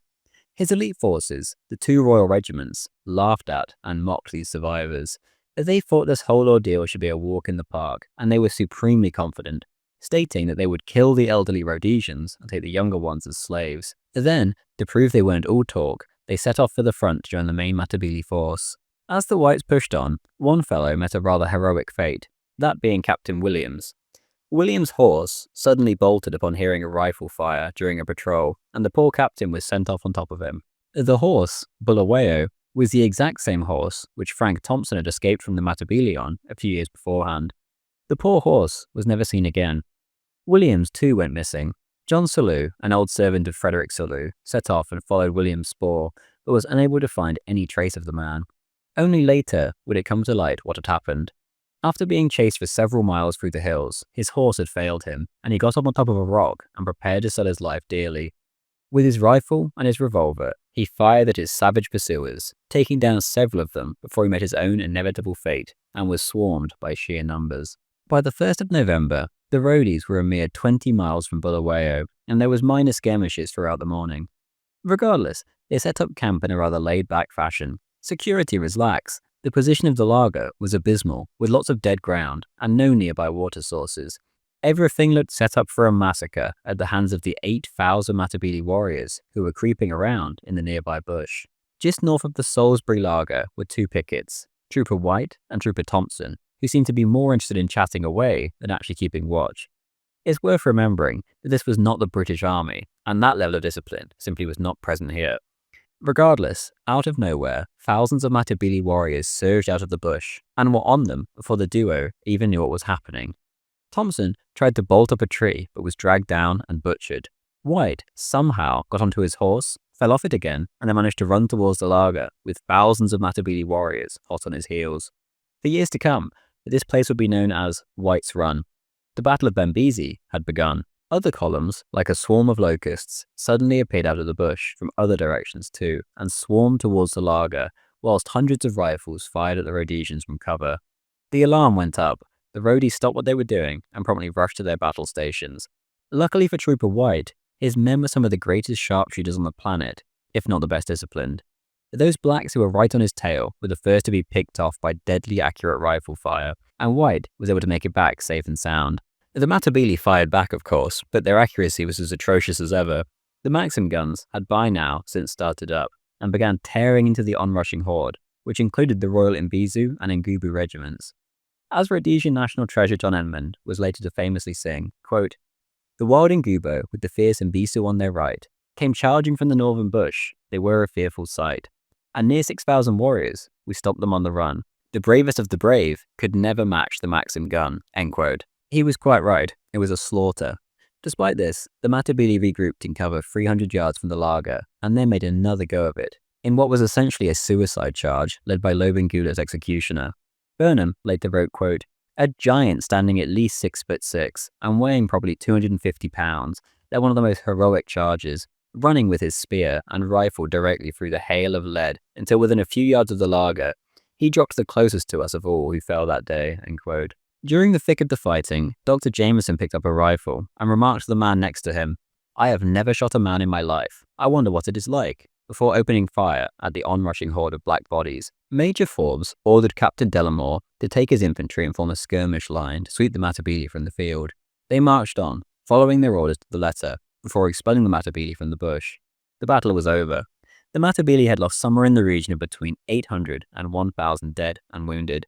The Rhodes had lost 3 men, including Trooper Thompson, and 2 others who were picked off by the hail of inaccurate gunfire coming towards the laager. The Matabele had massively outnumbered the Rhodesians, and even had 3 times as many rifles, with the most modern ammunition. The Rhodes, however, did not follow up their victory immediately due to the state of their horses. The defeat had remained a defeat, not a rout. They set off for Gown the 2nd. The next day, as they approached Bulawayo, a huge explosion rocked the area, and a column of smoke rose up from the capital. Lobengula had ordered his capital destroyed, and his men had blown their magazine, a stock which consisted of 80,000 rounds of Martini Henry ammunition, as well as 2,000 pounds of black powder. On the 4th of November, 1893, Burnham, another American called Pete Ingram, and a colonial frontiersman named Harry Posselt rode into the smoking ruins of Bulawayo. Lobengula, however, had fled north, leaving his capital in ruins and his army scattered. Only 2 men remained, 2 white traders named Fairbairn and Usher. Lobengula may have been a savage, but he did have some admirable qualities about him. He had given these 2 men his word that they were under his protection, and even during those last chaotic hours, he made sure to keep his promise. Both men were unharmed, and so was their property. Soon enough, the rest of the company troops marched into Bulawayo to the sound of bagpipes, and the Union Jack was strung up over Bulawayo. Matabele land had now officially been added to the British Empire. The Crown column that had set off from the south arrived a day or 2 later. Their journey had been a hectic one, and the famous scout Salou himself had even taken a bullet. Regardless, they got there mostly in one piece, with few casualties.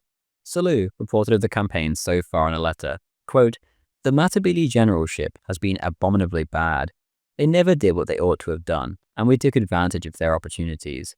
The strong British column from the east, advancing through open country with a large force of mounted men and a large number of machine guns, simply carried all before it, and on the 2 occasions when they attacked the laager, the machine guns simply mowed them down.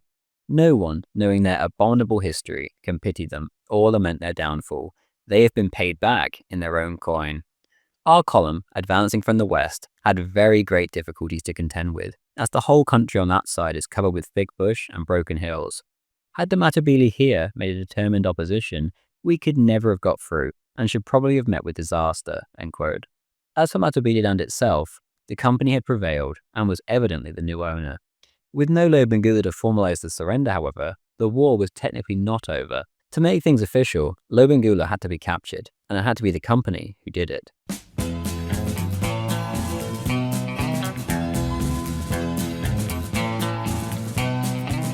In Bulawayo, Jameson had attempted to coax Lobengula back with promises of his safety. The king, surprisingly, agreed. When the time came, though, he was a no-show. more proactive measures would have to be taken. A column was quickly organized to chase down the obese Lobengula, consisting of 90 men from the Salisbury Horse, 60 from the Victoria Rangers, 6 from Ralph's Riffraff from the Southern Column, as well as 90 Imperial Bechuanaland Border Police. They would be joined by 4 Maxim guns, a 7-pounder, and 200 native carriers, under the command of Lieutenant Brabant.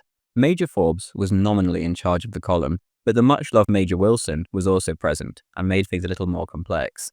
Ralph of Ralph's Riffraff was also in the mix. The leadership situation was a very incoherent one. Regardless, they set up at 7:30 p.m. on the 30th of November with a mere 3 days of food. It was supposed to be a quick affair. After a 40-mile march over 2 days, there was no sign of the king. Intelligence, however, suggested that he had fled to the northeast along the Bubyi River towards the Shangani River as fast as possible.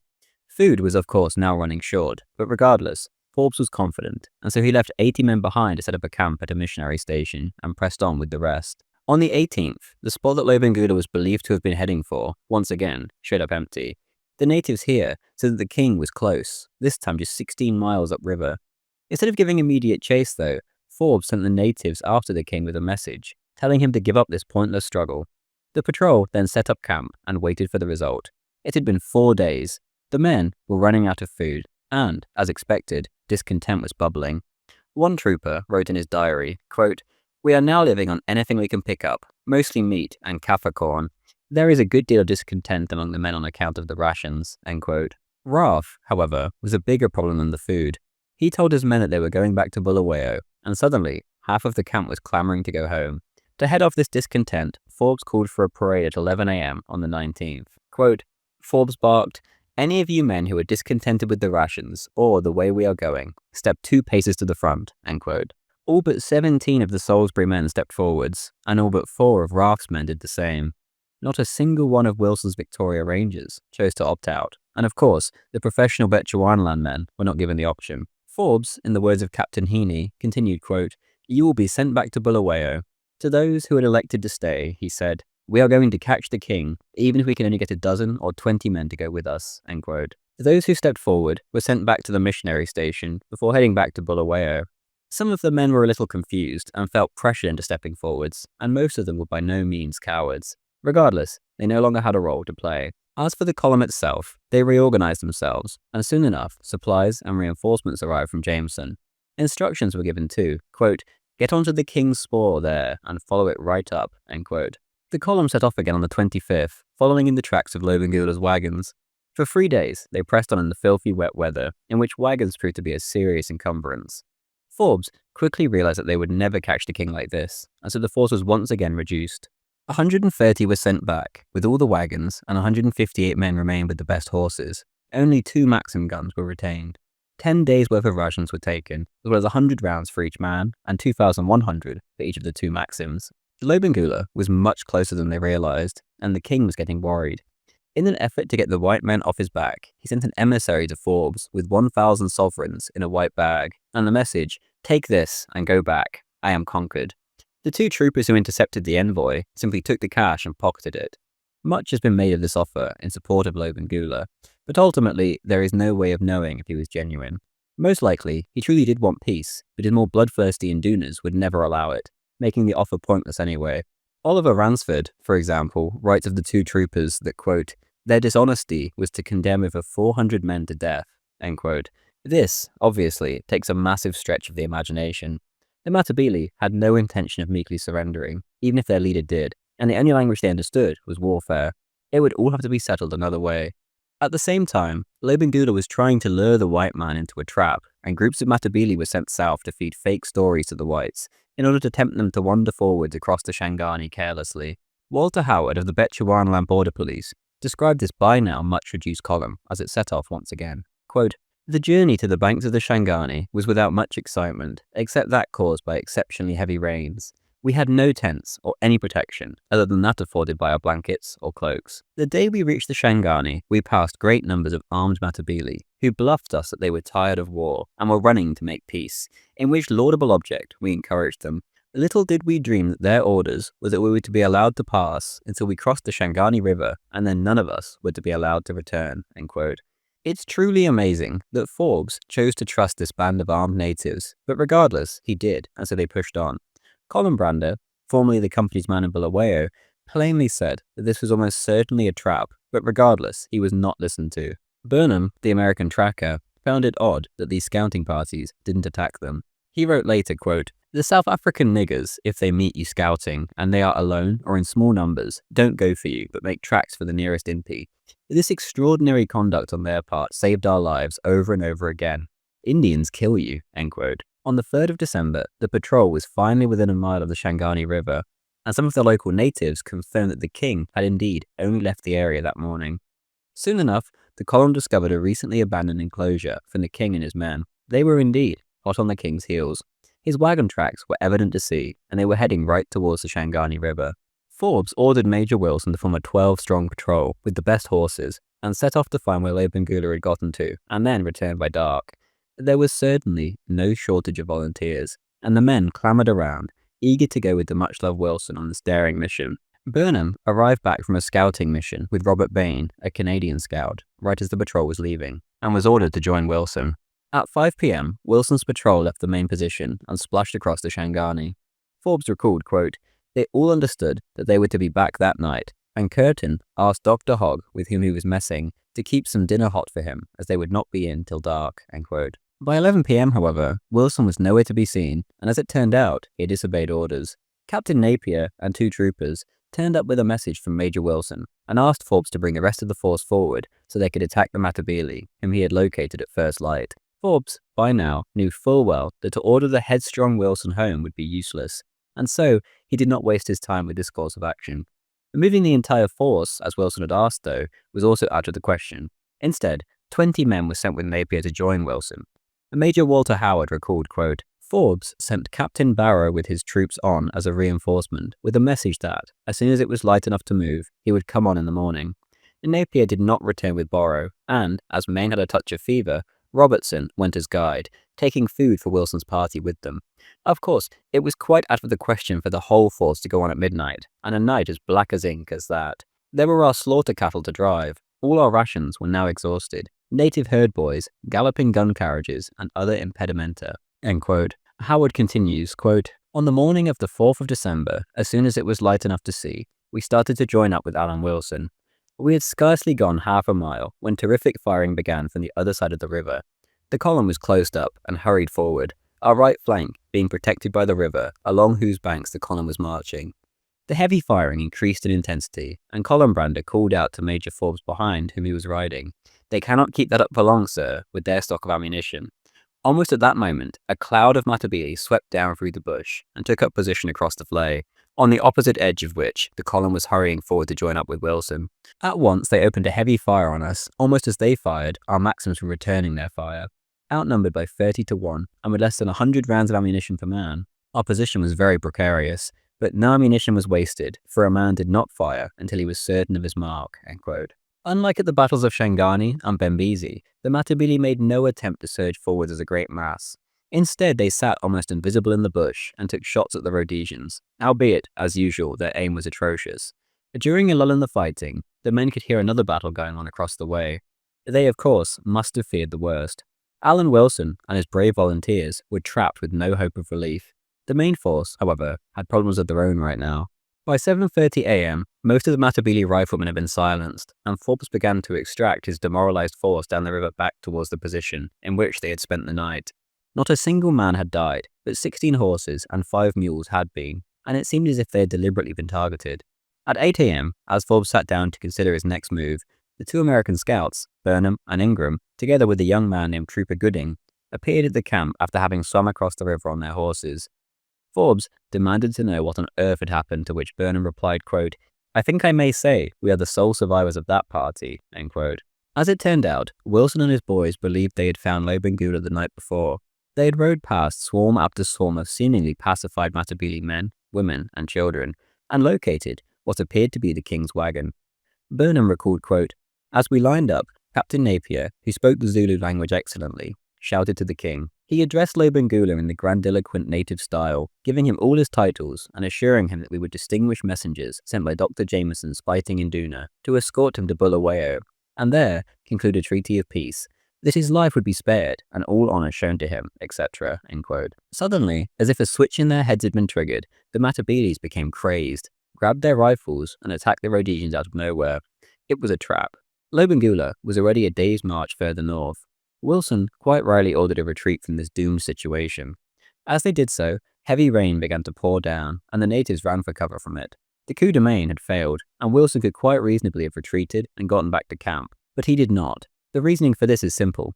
3 of his men had become stranded during the retreat, and he had no intention of leaving them to a grisly fate.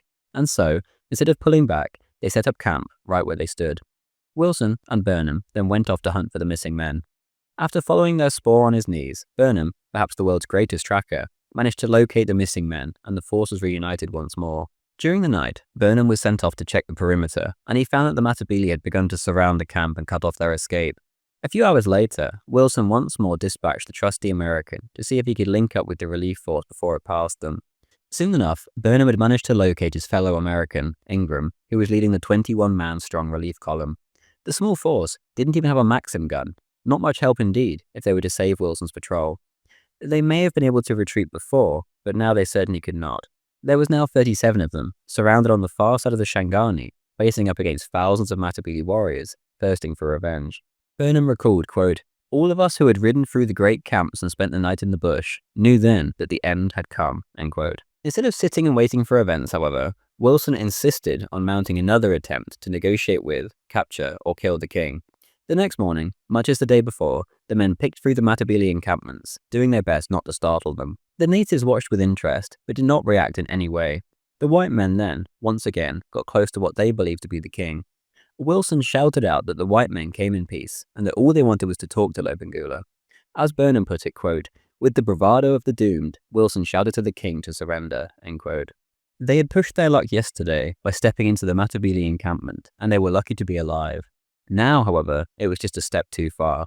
The bush suddenly lit up with rifle flashes, and the Matabele seemed to be swarming absolutely everywhere. Within seconds, 2 horses had been hit, and a young trooper named William Britton had been shot in the face and horribly injured. The Matabele, who had been so peaceable just moments beforehand, too, suddenly shot into action and joined the wild ambush. Wilson ordered the retreat, which was far from orderly, as Matabele swarmed in from all sides to try to block the fleeing troopers. Those who had their horses taken out from under them had to hop on the back of their friends' panicked beasts to get away. After half a mile, Wilson reined in his horse and called a halt by an enormous 20-foot-high anthill. The horses were then sheltered, and the men prepared for the worst. The Matabele didn't even give them the time to do so, believing the white men to be as good as dead. They swarmed forwards carelessly, hoping to overwhelm their opponent. These, however, were not ordinary white men. These were Rhodesians. Wilson ordered his men to open fire, and in an orderly fashion, the bloodthirsty horde began to thin out as they were struck down in droves. This was only to be a brief reprieve. From every direction, a mass of black bodies began to appear, and Wilson was forced to order another retreat. 5 more horses were shot down, and another 3 men were wounded. It was now that Wilson sent Burnham, Ingram, and Trooper Gooding off to find Forbes and get some assistance. These 3 were to be the only Europeans able to tell the tale of that day. The dashing Wilson and his brave volunteers were cut off, and a small clearing was found, in which Major Wilson elected to make his final stand. There was no cover, but there was, at least, clear fields for the troopers to fire into. The horses, who were doomed regardless, were made to lie down and formed into an impromptu laager. The Rhodesians then crouched down behind these unfortunate creatures and prepared to sell their lives dearly.